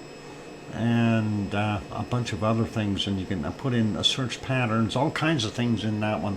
It is a really neat machine. Anyway, I'd love to have a T30 for myself, but at, what is it, $17,000 Canadian, it's not quite so affordable, right? Yeah. Or is it? Well, right after the lottery winning, I will be able to do that, so we'll have to wait for that. I thought somebody might have won something. There was a $5 million winner here in Edmonton over the course of the weekend. So, but yeah, I know it wasn't me. I checked my tickets already. Lost More Light and will be a killer on the cruiser though. Photokite. Okay, I'm not sure what a Photokite is. I've not heard of that brand. We'll have to look that up. Let me just make a little note. Photokite. And well, I'll take a look at that afterwards if I can find some time. Thanks, Andre. Okay, let's get over to our next place of interest. We went through our maps there and our earthquakes, and now we want to go take a look and see what our SO2 is doing around the world. And we are going to use windy.com to achieve that. So there we are. It says a -17 there in Edmonton. Extreme cold. Yep, sure. Extreme cold. -17 isn't extreme, but yeah, we'll leave it as that. Depending on where you're from, I guess. Switching it to SO2, and we're going to take a look and see. First off, a northern hemisphere. Oh my God, what do we got going on here? This is new, and this is generated in this area. This is not something that drifted in because it wasn't there yesterday. Okay, so whatever this is, I don't know where it's coming from. Somewhere in here, do we have an offshore eruption, a submarine, a volcano, or two happening there somewhere? Either out in the middle of the Atlantic here, or possibly here somewhere along that mid-Atlantic ridge, Raken's Ridge area. I'm wondering if that is what we're seeing there. Very interesting nonetheless. And this also looks fairly heavy and newish. I don't know if that would have been residual stuff from yesterday, but definitely higher levels from those areas. So northern hemisphere, yeah, brand new stuff here, and that is gone all the way across Greenland and making a mess up there. Let's look at the southern hemisphere, and we don't see too much down here that's new. We still see this mess here that is dissipating, and nothing too crazy in the old stuff here that broke up and came from over here. So this guy's just about all the way around the world. Soon it'll be all the way on the other side again. Interesting, and nonetheless, let's take a look at the Russian area here first. Looks like we got quite a bit of the stuff from the Kamchatka Peninsula drifted up north. We see more pollutants here from Russia, and that would have stemmed from about here and drifted southward, as we see also with the stuff from our Kamchatka Peninsula, which would have been Shivlish and who else is on there? Shivlish, Klyashevskoy, Bezimiany, and of course we've got Karimsky and Matnovsky, and that's all responsible for those. And then Ibiko and Chikarachki down here on Paramashir Island, and that is all getting thrown out there amongst all this other stuff, and hopefully this low is something wet and washing all the SO2 out of there. We definitely have a low sitting in the middle of the Bering Sea, and we see some SO2 floating here up across the Bering Strait. I'm not sure exactly where that came from, likely from this area and drifted northward. But again, this one, hard to tell. Is that another submarine volcano that popped in there somewhere and is delivering us some more good SO2? Good question, right? Alaska looks fairly heavy, same with Yukon. Northwest Territories does have about half of it open, but the rest looks pretty bad, and quite a bit up here in Nunavut, with the exception of maybe a little bit here on the Baffin Island. It's not so bad. British Columbia, and actually going all the way down the western coastline, all the way down to California, into Mexico, we see fairly heavy levels, and Alberta and southward as well, all the way down to Arizona.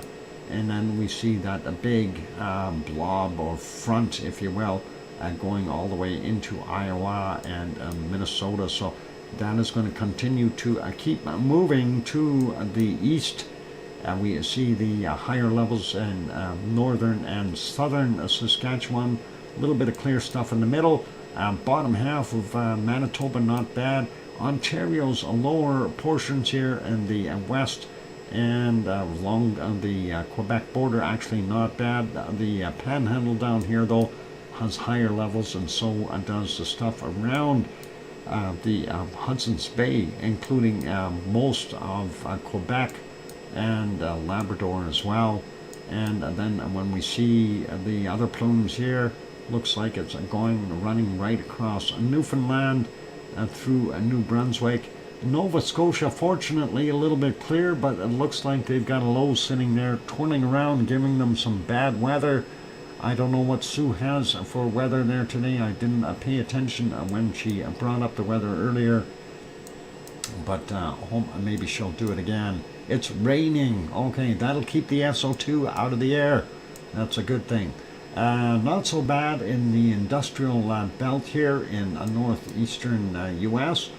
Southern areas looking pretty darn good, including Florida and the central regions, Texas and so on. New Mexico looking pretty good as well. Like I said, the western side though. There's a Coal Harbor, 7 degrees, wind blowing, cloudy with, with temperatures of 7, wind blowing from the east 8 miles per hour, 13 kilometers an hour, current humidity 100%. Okay, and that sounds like rain. Anyway, going down here, northern Mexico not bad, but central Mexico and southern areas here, we're seeing higher levels. The Yucatan, the tip is not bad, but we see what Popocatépetl is doing, as well as Mexico City, fairly heavy in those other regions, Guatemala included, Honduras, El Salvador, and of course some down here in Costa Rica. Most of that stuff, though, going out into the Pacific. We do see the other stuff still sitting around here. This was the previous stuff that came in from Popocatépetl and drifted out, is now drifting back. We're starting to see some circulations here as well. Likely some stormy activity will help get rid of that SO2. Down to Peru, and we see down here, that is Sabancaya. And then, of course, we got Villarrica in here as well, and a bunch of industrial stuff in Chile doing their thing. Not bad levels for Rio de Janeiro or Sao Paulo. And getting out here, White Isle volcano, a Michael volcano, not White Isle. Michael volcano, the South Sandwich Islands, throwing some stuff up here to King Edward Point, giving them a little extra SO2. Now we're getting to a White Isle volcano north of New Zealand. Not very heavy levels. Likely something to do with all the rain they're getting in the area, so that'll wash it out of the air. And pretty normal for Australia's oil refinery there, and the coking plants northwest of Sydney.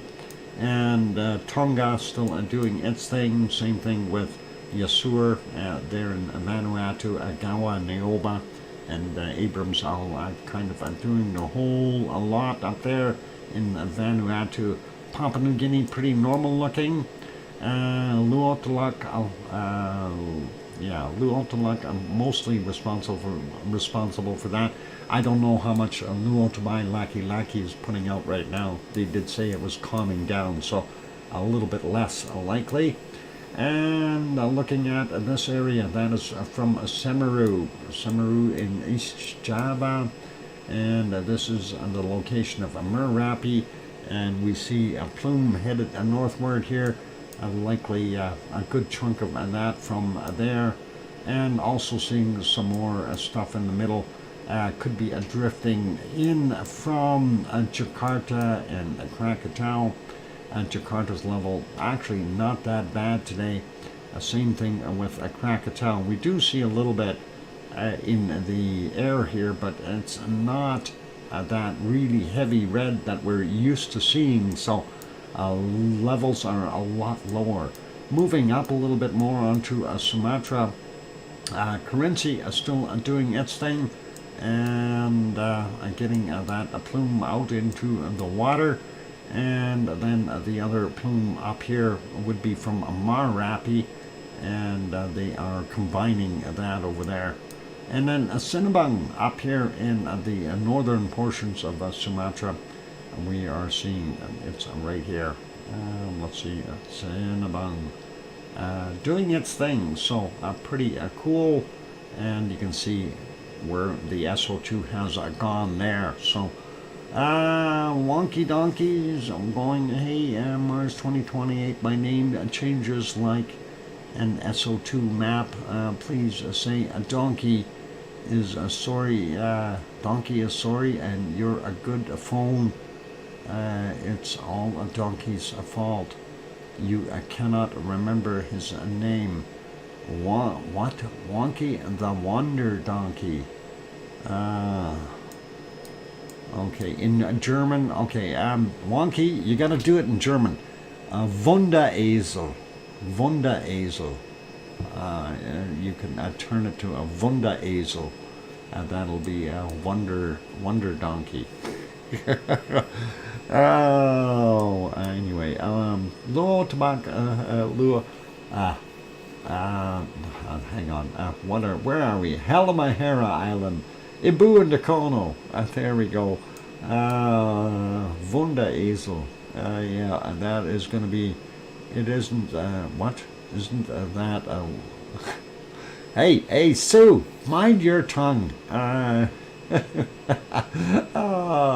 Don't encourage. I am trying to encourage him. He is hilarious. Anyway, there is a Meon. It's doing its thing, and that is all good. Anyway, to all, a volcano also producing some SO2, and looks like everything is being combined, including the industrial stuff here on Luzon Island, and all good. Put it back, Sue. Oh, yeah. Oh, bad. It's too late. I retracted my full pass. Oh boy. Oh, anyway, all cool. A little bit of fun there, Sue. Thanks. That's a giggle. Anyway, Mariana Islands doing their thing. There we go. Taiwan pretty normal, and then we have a fairly heavy output from Suwanoshijima. And Suwanoshijima, of course, it explodes every time, right?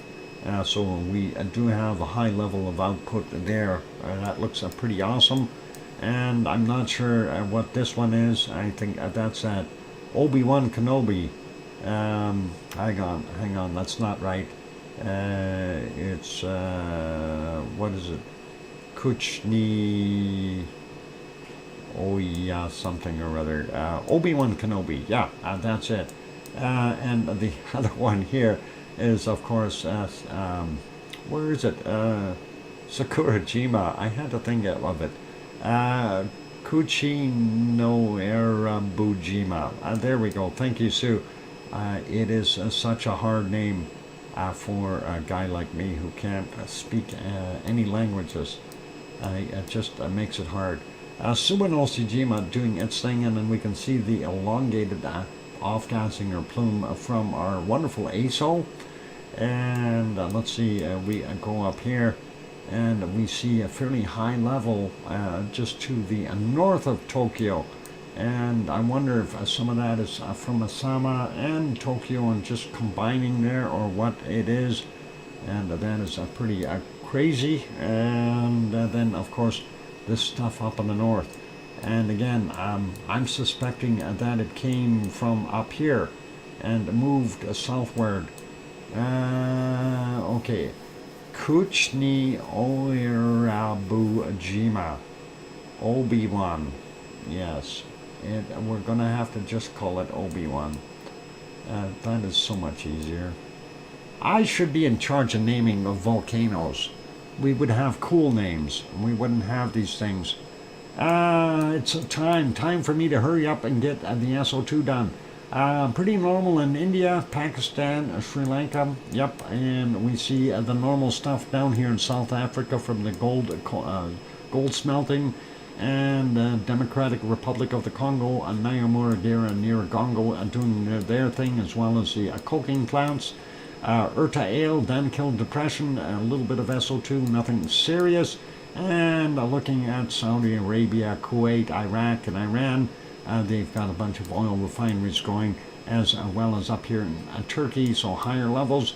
Real quick, a peak, and not so bad there at costs, 6.5, or just about 6.6 parts per million for them. So not that bad, but not that good. And our wonderful Mount Etna and Stromboli both combining their output, and that has gotten up into this area and swirling around and coming back down and swirling around some more because of that storm in the Mediterranean, and extra stuff from these guys. Fairly heavy levels in France and actually all of Western Europe for the most part, with the exception of Sweden and Austria and southern Germany. They're not bad. A little bit of a clear spot up there in Norway and Sweden, but Finland, well, it's got a little clear spot up in the top too. But the rest seems to have a fair amount of SO2, and most of that SO2 is skirting Iceland. But the problem is most of the communities are on the skirts of Iceland. And there we go. That is it. So unknown factors. Where's this stuff from? We don't know. We'll leave it as that. I'm suspecting seamounts of some sort off-gassing or perhaps erupting and causing interference with our Reykjanes Peninsula eruption. All right, let's put you back over to our wonderful Icelandic views, and we'll leave it as that for right now for our SO2 map for today, and we'll continue on with going and taking a break. When we come back from the break, we'll do a quick weather report, whether we like it or not. So, wonkery there. Wunderesel, a donkey. Boy, oh boy. Just for you, boss. Awesome. Wonkery, der Wunderesel, a donkey. Oh, that is awesome. And there, Trev. Anyway, here's some music. I'll be back soon.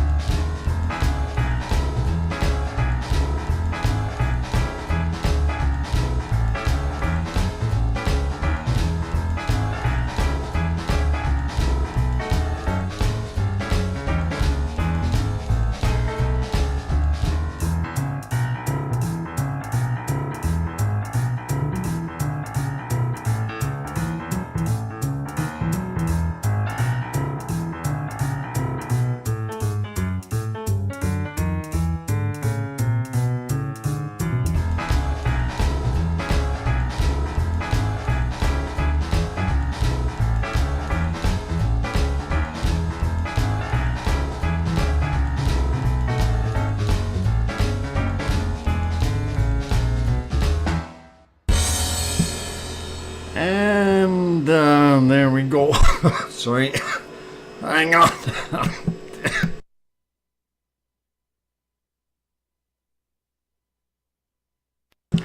That's what happens when you try to talk and swallow at the same time. Don't do that. That is really bad for you.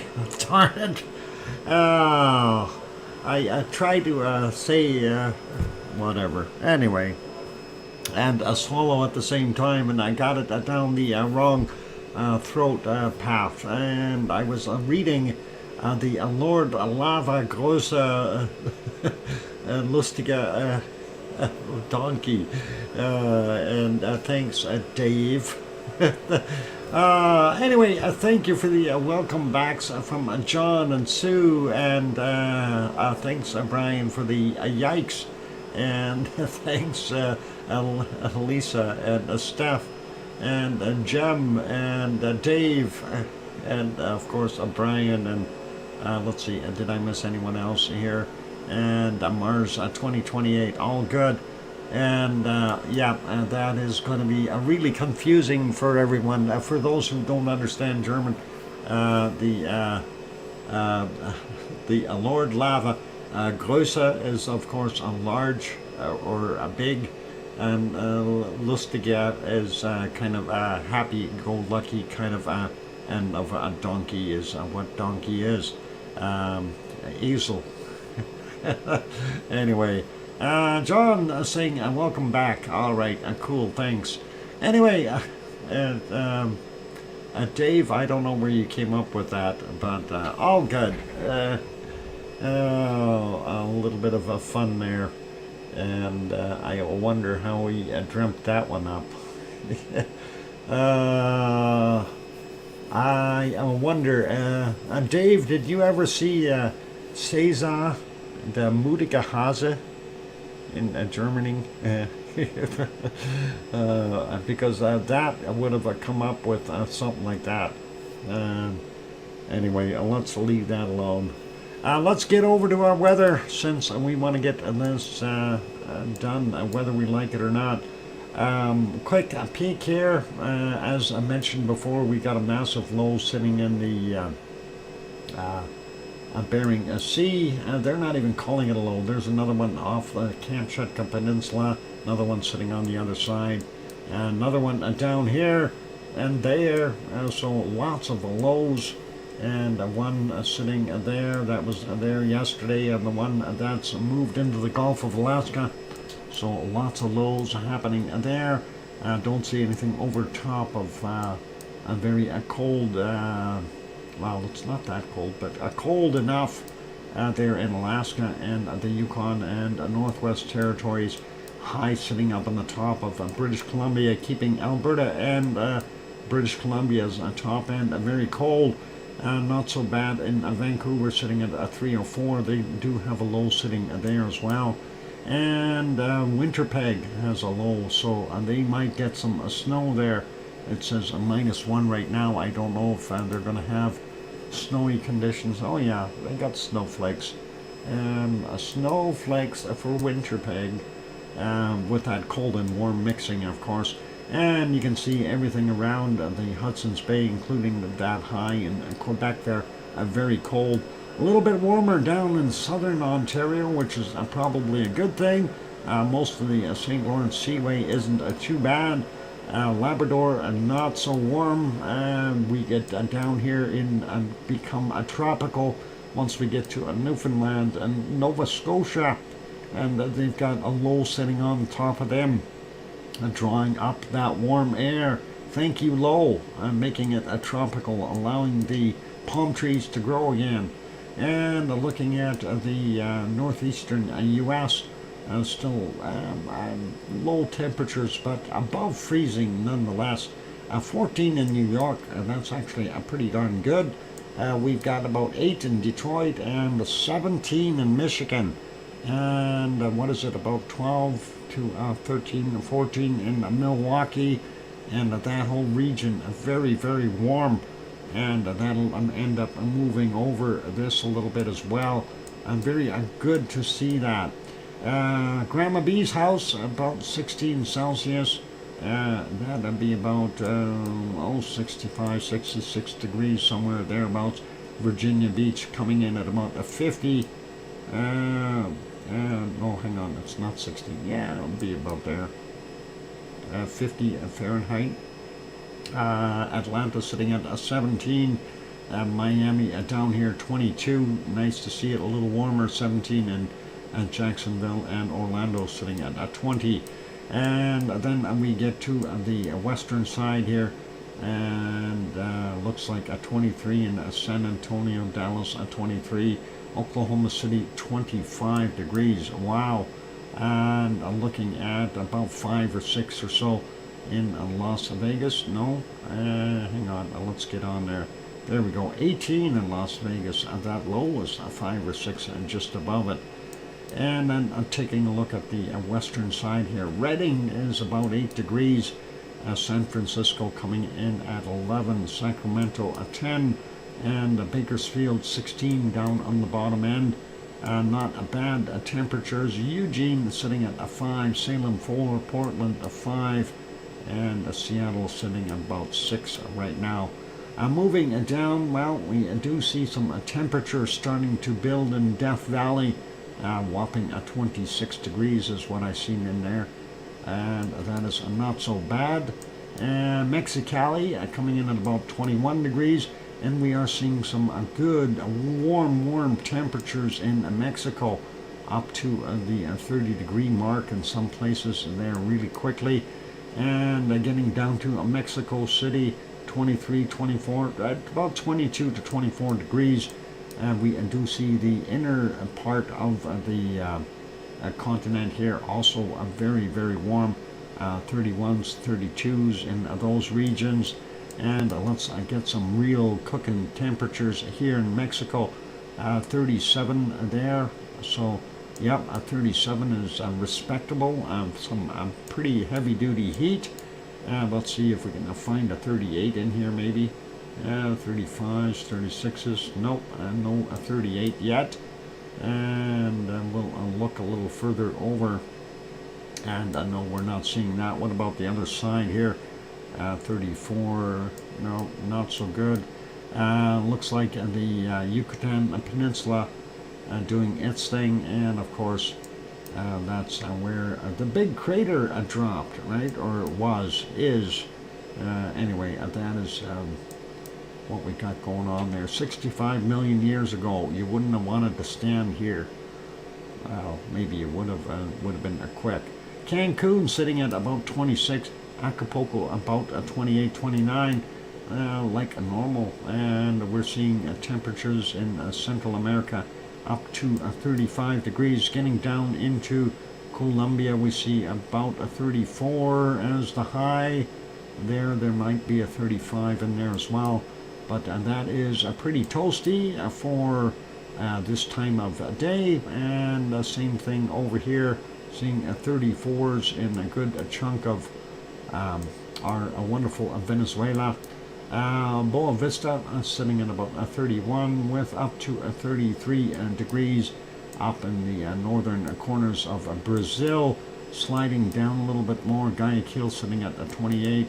Lima, Peru sitting at about 23, and we see 27, 28 degrees in the jungle areas. Of course, the mountains are going to be a lot cooler.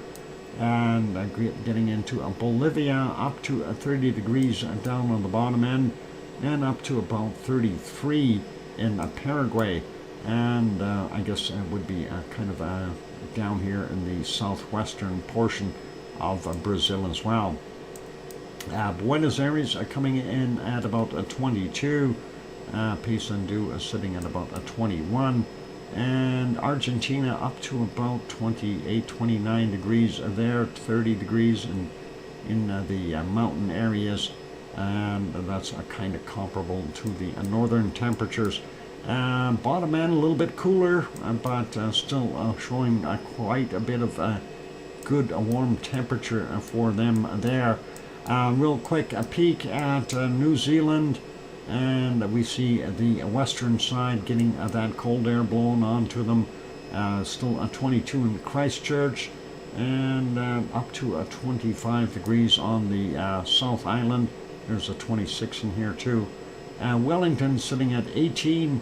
Hastings coming in at 23. Taupo a little bit cooler at 18 right now. Hamilton about 22.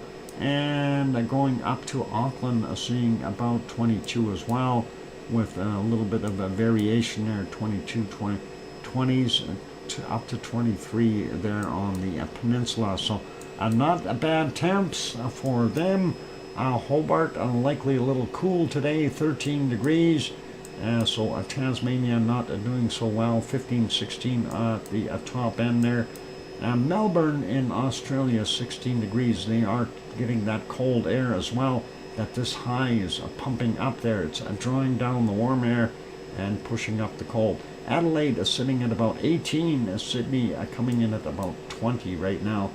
Brisbane at about 28. And that is not bad. Let's see, 31 so far. I don't know. I think Mexico may have them with their 37 degrees. Not that hot here today. 33. It's not that. Looking very good for Australia. And mind you, it's still early there. So, yep, 35 degrees. And I'm going to call it as Mexico has got the high temp. Fiji, pretty normal. And we've got the normal temps there in Papua New Guinea and Papua on the Indonesian side, 28, 29. And pretty normal for most of the rest of Indonesia as well. Not going to worry about it. 28 in Bangkok, and going up to Manila, sitting about 26. A little cooler than normal, and yeah, we're seeing 17, 18, 19 down on the bottom end there of Taiwan, not that warm. Kagoshima coming in at 10 degrees, still fairly cool, and they're still getting that Arctic blast pushing in over top of the Sea of Japan. Hopefully that'll stop soon. 8 in Tokyo, and we see down to a -8 or 9 there in the mainland there, and down to about -14 up by Sapporo, which is sitting at a -8. Kamchatka Peninsula, actually not that cold. We do see about -18 as the coldest point on there right now. So the rest is a little bit warmer. Things are changing, and that is always good. Quick peek here, and looking at about 15 degrees there in Hong Kong, and Delhi coming in at 12, and looking at what we see here, 28, and down in South Africa. Let's see if we can beat that 37 degrees from Mexico. And 33 so far, and I don't think we've got a chance. Africa is starting to warm up a little bit. Notice that it is starting to break it up and warm it up, so hopefully they'll keep pushing that warm air over top of the Atlas Mountains and get some warmth flowing that way. Cairo sitting at about 12 degrees, and Riyadh is sitting at about 19. Down to about -6 or 7 there in eastern Turkey. And if we go to Malatya, 3 degrees. Adana sitting at about 10. And the Piggy's house there in Kos sitting at about 14 degrees. And that is awesome. Istanbul coming in at 5. And Athens, Greece, sitting at about 9. Catania 11. We got Naples sitting at 10. Rome at 10. There's that big low creating all kinds of havoc there in the Mediterranean. 5 degrees there in Madrid, and Lisbon coming in at 13. Tanto's home about 4 degrees there for Tanto in Nantes, and 4 in Paris. We see a 6 in Munich, and a 7 in Frankfurt. Cologne sitting at 9. Yvonne Kunkel's house about 8. Berlin at 8. Hamburg sitting at 7. Copenhagen coming in at 4. Aarhus at 5. while we're going up. Oslo 2, Stockholm 0, Helsinki a -3, and London 3 degrees. Looks like Wales somewhere from about -1 to a +4. And looking at Leeds is sitting at a 0 as well. And we see a few -1s there in England. Glasgow 2 degrees, Aberdeen 4, Highlands here in Scotland 1 or 0, very close to the freezing mark, and Dublin 2 degrees. And looking here, we see about 4 degrees for our wonderful Irish monk. And that low sitting up there, of course, helping bring the warmer air back up to Iceland, and hopefully it'll warm it up a little bit more. Reykjavik -1, and let's see what we got in Grindavik -1. Reykjanesbar is sitting at about 0. So that is what we've got there. Let's go hunt for the coldest temp on the planet, and we already established that we are at about 37 degrees in Mexico for the high. And let's see what we got here. I've seen a 70 right in here. I have a -70 degrees in Antarctica. Where'd it go? I just had it on the screen. 69, and there it is, 70. -70 there. So, yep, and that is pretty chilly. Don't know if there's a colder stuff. A real quick look around. I don't see it. I don't see anything else that is in those cold temperatures. So, yep, a -70 is what we have there in our Antarctic area. Now, let's see what we have for a cold temp. Oh boy, this is going to be tough. -34 so far. How am I going to combat that? -34. It's not very, very good. Let's see what's on the northern end. Maybe I'll get lucky and find something up here. And there's a -35. -35 up in here. Do we have a -36? No, I'm going to be stuck with a -35 as the coldest temp. Let's maybe go check this area out. -31, no. -35 is what we've got there so far. What about over here? Just go peek in here and just scout through it in case there's a -36. I wouldn't want to miss it. No, there isn't. Okay, so -35 degrees Celsius there, and that is in Greenland, and that's my call. And let's see what we have in Canada, I already see a -40 right in there, and let's see, -30s and not so good. Let's go find some colder temperatures. -42, 43 right there, -43, 44, -44 so far. Okay, and that is pretty awesome. -42 and there. And let's see if we can find something colder. -42. What about over here? -45. So -45, 46, 47. We're down to a -47 already.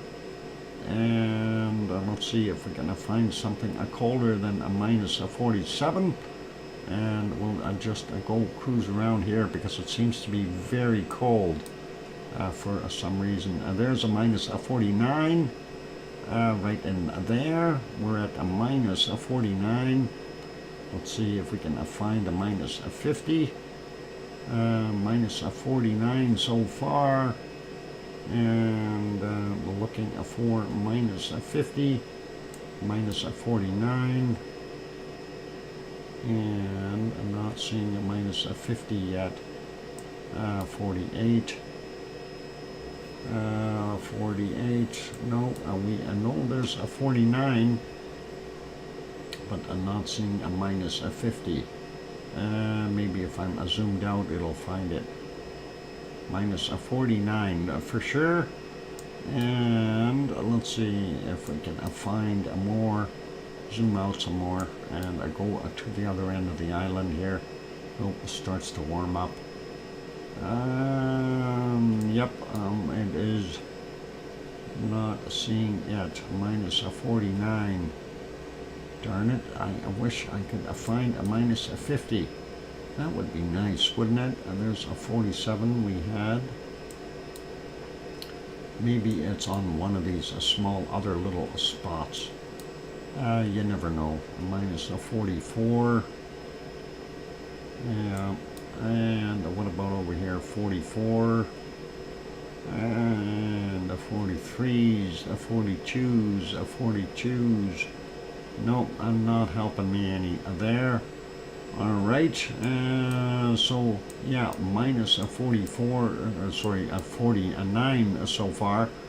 And let's see if we can find some colder temps in here. Minus a 38s. Nope, not good. 37. 38. No, 39. Not cold. Let's go back over here. Minus a 40. Well, we found minus a 49. I mean, that's nothing to be ashamed of, and it certainly does help out. But let's see. Yeah, I'm not seeing anything colder. I don't know what to do. All right, let's leave it as a minus a 49 for there, and I don't think there's anything in here. Minus a 35s. No, that's not going to do it. Let's take a look at the temperatures in Alaska, and that is going to be slim pickings for sure. Looking here, I don't know where we're going to see anything really viably cold. Let's go and try to find something. There's a minus a 28. I've got a minus a 29 in there as well. 27s, 28s. And there's a minus a 29. Let's see if we have a minus a 30 in here somewhere to at least make it below that. Minus 30, no, 28s. And we'll maybe have to check these other spots here. Minus a 28, 28, no good. Minus a 28, no good. A minus a 29. And oh, I have a minus a 30 right there along the border. Minus a 30. Okay, I don't know if I can get anything colder. Minus 30 degrees there in that area. Who is in here? Minus a 50. Where you found it? What? You didn't say where you needed to find it. I needed to find minus 50 in Canada, eh? Anyway, we got minus 30 in Alaska. So that is all good. And now I'm going to find what we got in Russia. And maybe we can find a minus 50 in Russia. How about that? That's what we're looking for, right? Let's check these secret spots before we do anything else. Minus a 35, 37 down here, 36, and no, so we got minus 37 already in Russia. And let's see if we can find anything colder. There's a high sitting there. I don't think it's doing much. These are all pretty warm, minus 30s. And let's go over here, minus 32. We already got minus 37, so that is what we are dealing with. And by the way, welcome Kim Raudenbush. I haven't seen you for a while. Good to have you on board. And let's see, a minus 37 again over here. And let's see if we can find something slightly colder. There's a minus 38. And let's see, a minus 39 in there too, I've seen. And moving along here, 37s, and there's another 39 in there. And we need to find minus 50 something. Let's see what we need to find. Minus 53. No? I don't know. I have no idea. 38, 37s, not good. 36s, and let's see, 30. We got a 38. We got 39. And there's minus a 41 right there in that spot. Let's just double check. Minus a 41 in here. Yep. And that is okay. Let's check some of these other ones. These isolated little areas. A minus a 41 so far. And that is good. And there's another minus a 41. I don't see anything colder though. And let's go over here. Minus a 39. Whoop. Well, I see a minus a 43 right in there. Let's see if we can find a minus a 44. A minus a 43 we got. And let's see if we can spot a minus a 44 somewhere in here. I'm sure there is one. A little isolated pocket somewhere. Minus a 43 so far in Russia, and looking for a minus a 44, and that is maybe not going to happen. All right, I think we're out of real estate here. Minus a 34. No, we got minus 43. I don't know what else to throw in there. So, yeah, let's see. Nothing else on the other islands. All right, I'm going to leave it as a minus 43, ladies and gentlemen. Hopefully that is good enough for you guys. And hopefully that will work. And how badly did Sue beat me today? That is the thing. Doc finds a 43 in Russia tied. Oh, awesome. And yeah, so how badly did you beat me? Overall tied? Wow. And that is cool. I like being tied. Or do I? That's the other side of me. Oh, it's a tie. It's a tie. We like it. Hey, Dr. Fox, Dave is in the house. And I'm not Dave. It's your very own Wonky.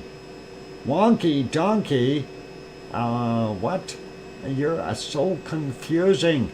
Lord Lava Grossa. Listiga Donkey. Okay. Yeah. Secrets and Doc. Okay. And what is going on with that Wonky Donkey? He is got bigger. He's I think he's blowing his own carrot there and getting a little bit too much attention. All right, a Wonky Donkey, get back to work. Get to Iceland with that lava drill, will ya? We need the eruption. Real quick. Make it happen. Chop, chop. It won't take you but about 2 or 3 hours to get over there. So let's go. Anyway, yeah, so confusing. Anyway, ladies and gentlemen, that is awesome, and thank you, Sue, for playing that wonderful game to find those cold temperatures. Let's put us back over to Iceland, and we'll get things wrapped up for today's show. So a big thank you to everyone out there, and I really do appreciate all of you. And let's see, we have had no super chats and no new gifting there, so that is okay, and it doesn't have to be happening every day. That's all right. We're good with that. Great, wonderful stream again today. Awesome, Grandma B. Glad you enjoyed it, and hopefully everyone else did as well. And of course, we can't always bring the lava. It is one of those things that we have to kind of heed our times here. So hopefully we'll see some Icelandic lava soon. Wow, Grandma B, thank you for throwing that $2 super chat in. Grandma B, and that is excellent. Pays the power bill, and appreciate that, and that is awesome. Very, very kind of you. What a fickle thing, lava. Yeah, it can be. Letters of combination. A, B, C. Oh, not that kind of letters. Okay, thanks, Billy Bob Joe. And awesome. Thank you, Grandma B. And thank you all for being here, whether you're a lavalier or not. You're still all part of our wonderful lava family. Wow, Sharon Stewart. You didn't have to. Sharon, thank you very kindly. And I guess that singing stuff must really work for you. Throwing in a wonderful $41 super chat. Very awesome and appreciate it. And that really sets the ticker up there a little bit higher. And awesome. Thank you very kindly for your wonderful support, Sharon Stewart. And I hear you, Sharon Stewart.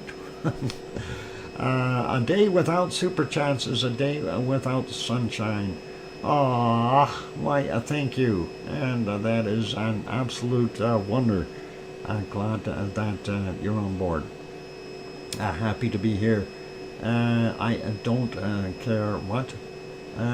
Tomorrow is Monday. Monday doesn't matter. Monday is just another day that we got to work through. And Sarah Miles renews her membership. Awesome, Sarah, thank you. I managed to update my payment info. Cool. I had to do mine here just recently too. Anyway, thank you, Mars, as well. And thanks, Dave and everyone else. I appreciate all of you. And of course, tomorrow we will be back on regular weekday hours. VolcanoX will be on at 5 p.m. Mountain, 7 p.m. Eastern, and whenever that works out to, and your part of the world. And I know we have audiences from all over, so everybody is all over the place, pretty much around the world. Okay, so not too many continents that we don't touch upon. Anyway, be good, be kind, take care of yourselves, ladies and gentlemen, and have yourselves a wonderful day or afternoon or evening or night or a morning, depending on where you are. And on that friendly note, I'm going to wrap it up. Only one thing left to add. Please, please, tell your loved ones that you love them tonight, for tomorrow is never promised. I'm your host, DrFox2000, here in Edmonton, Alberta, Canada. We'll see everyone tomorrow. Take care, good night, and oink oink. And we'll reset the stream in about 14, 15, 17 minutes. Stream reset. See y'all. Good night. Oink oink.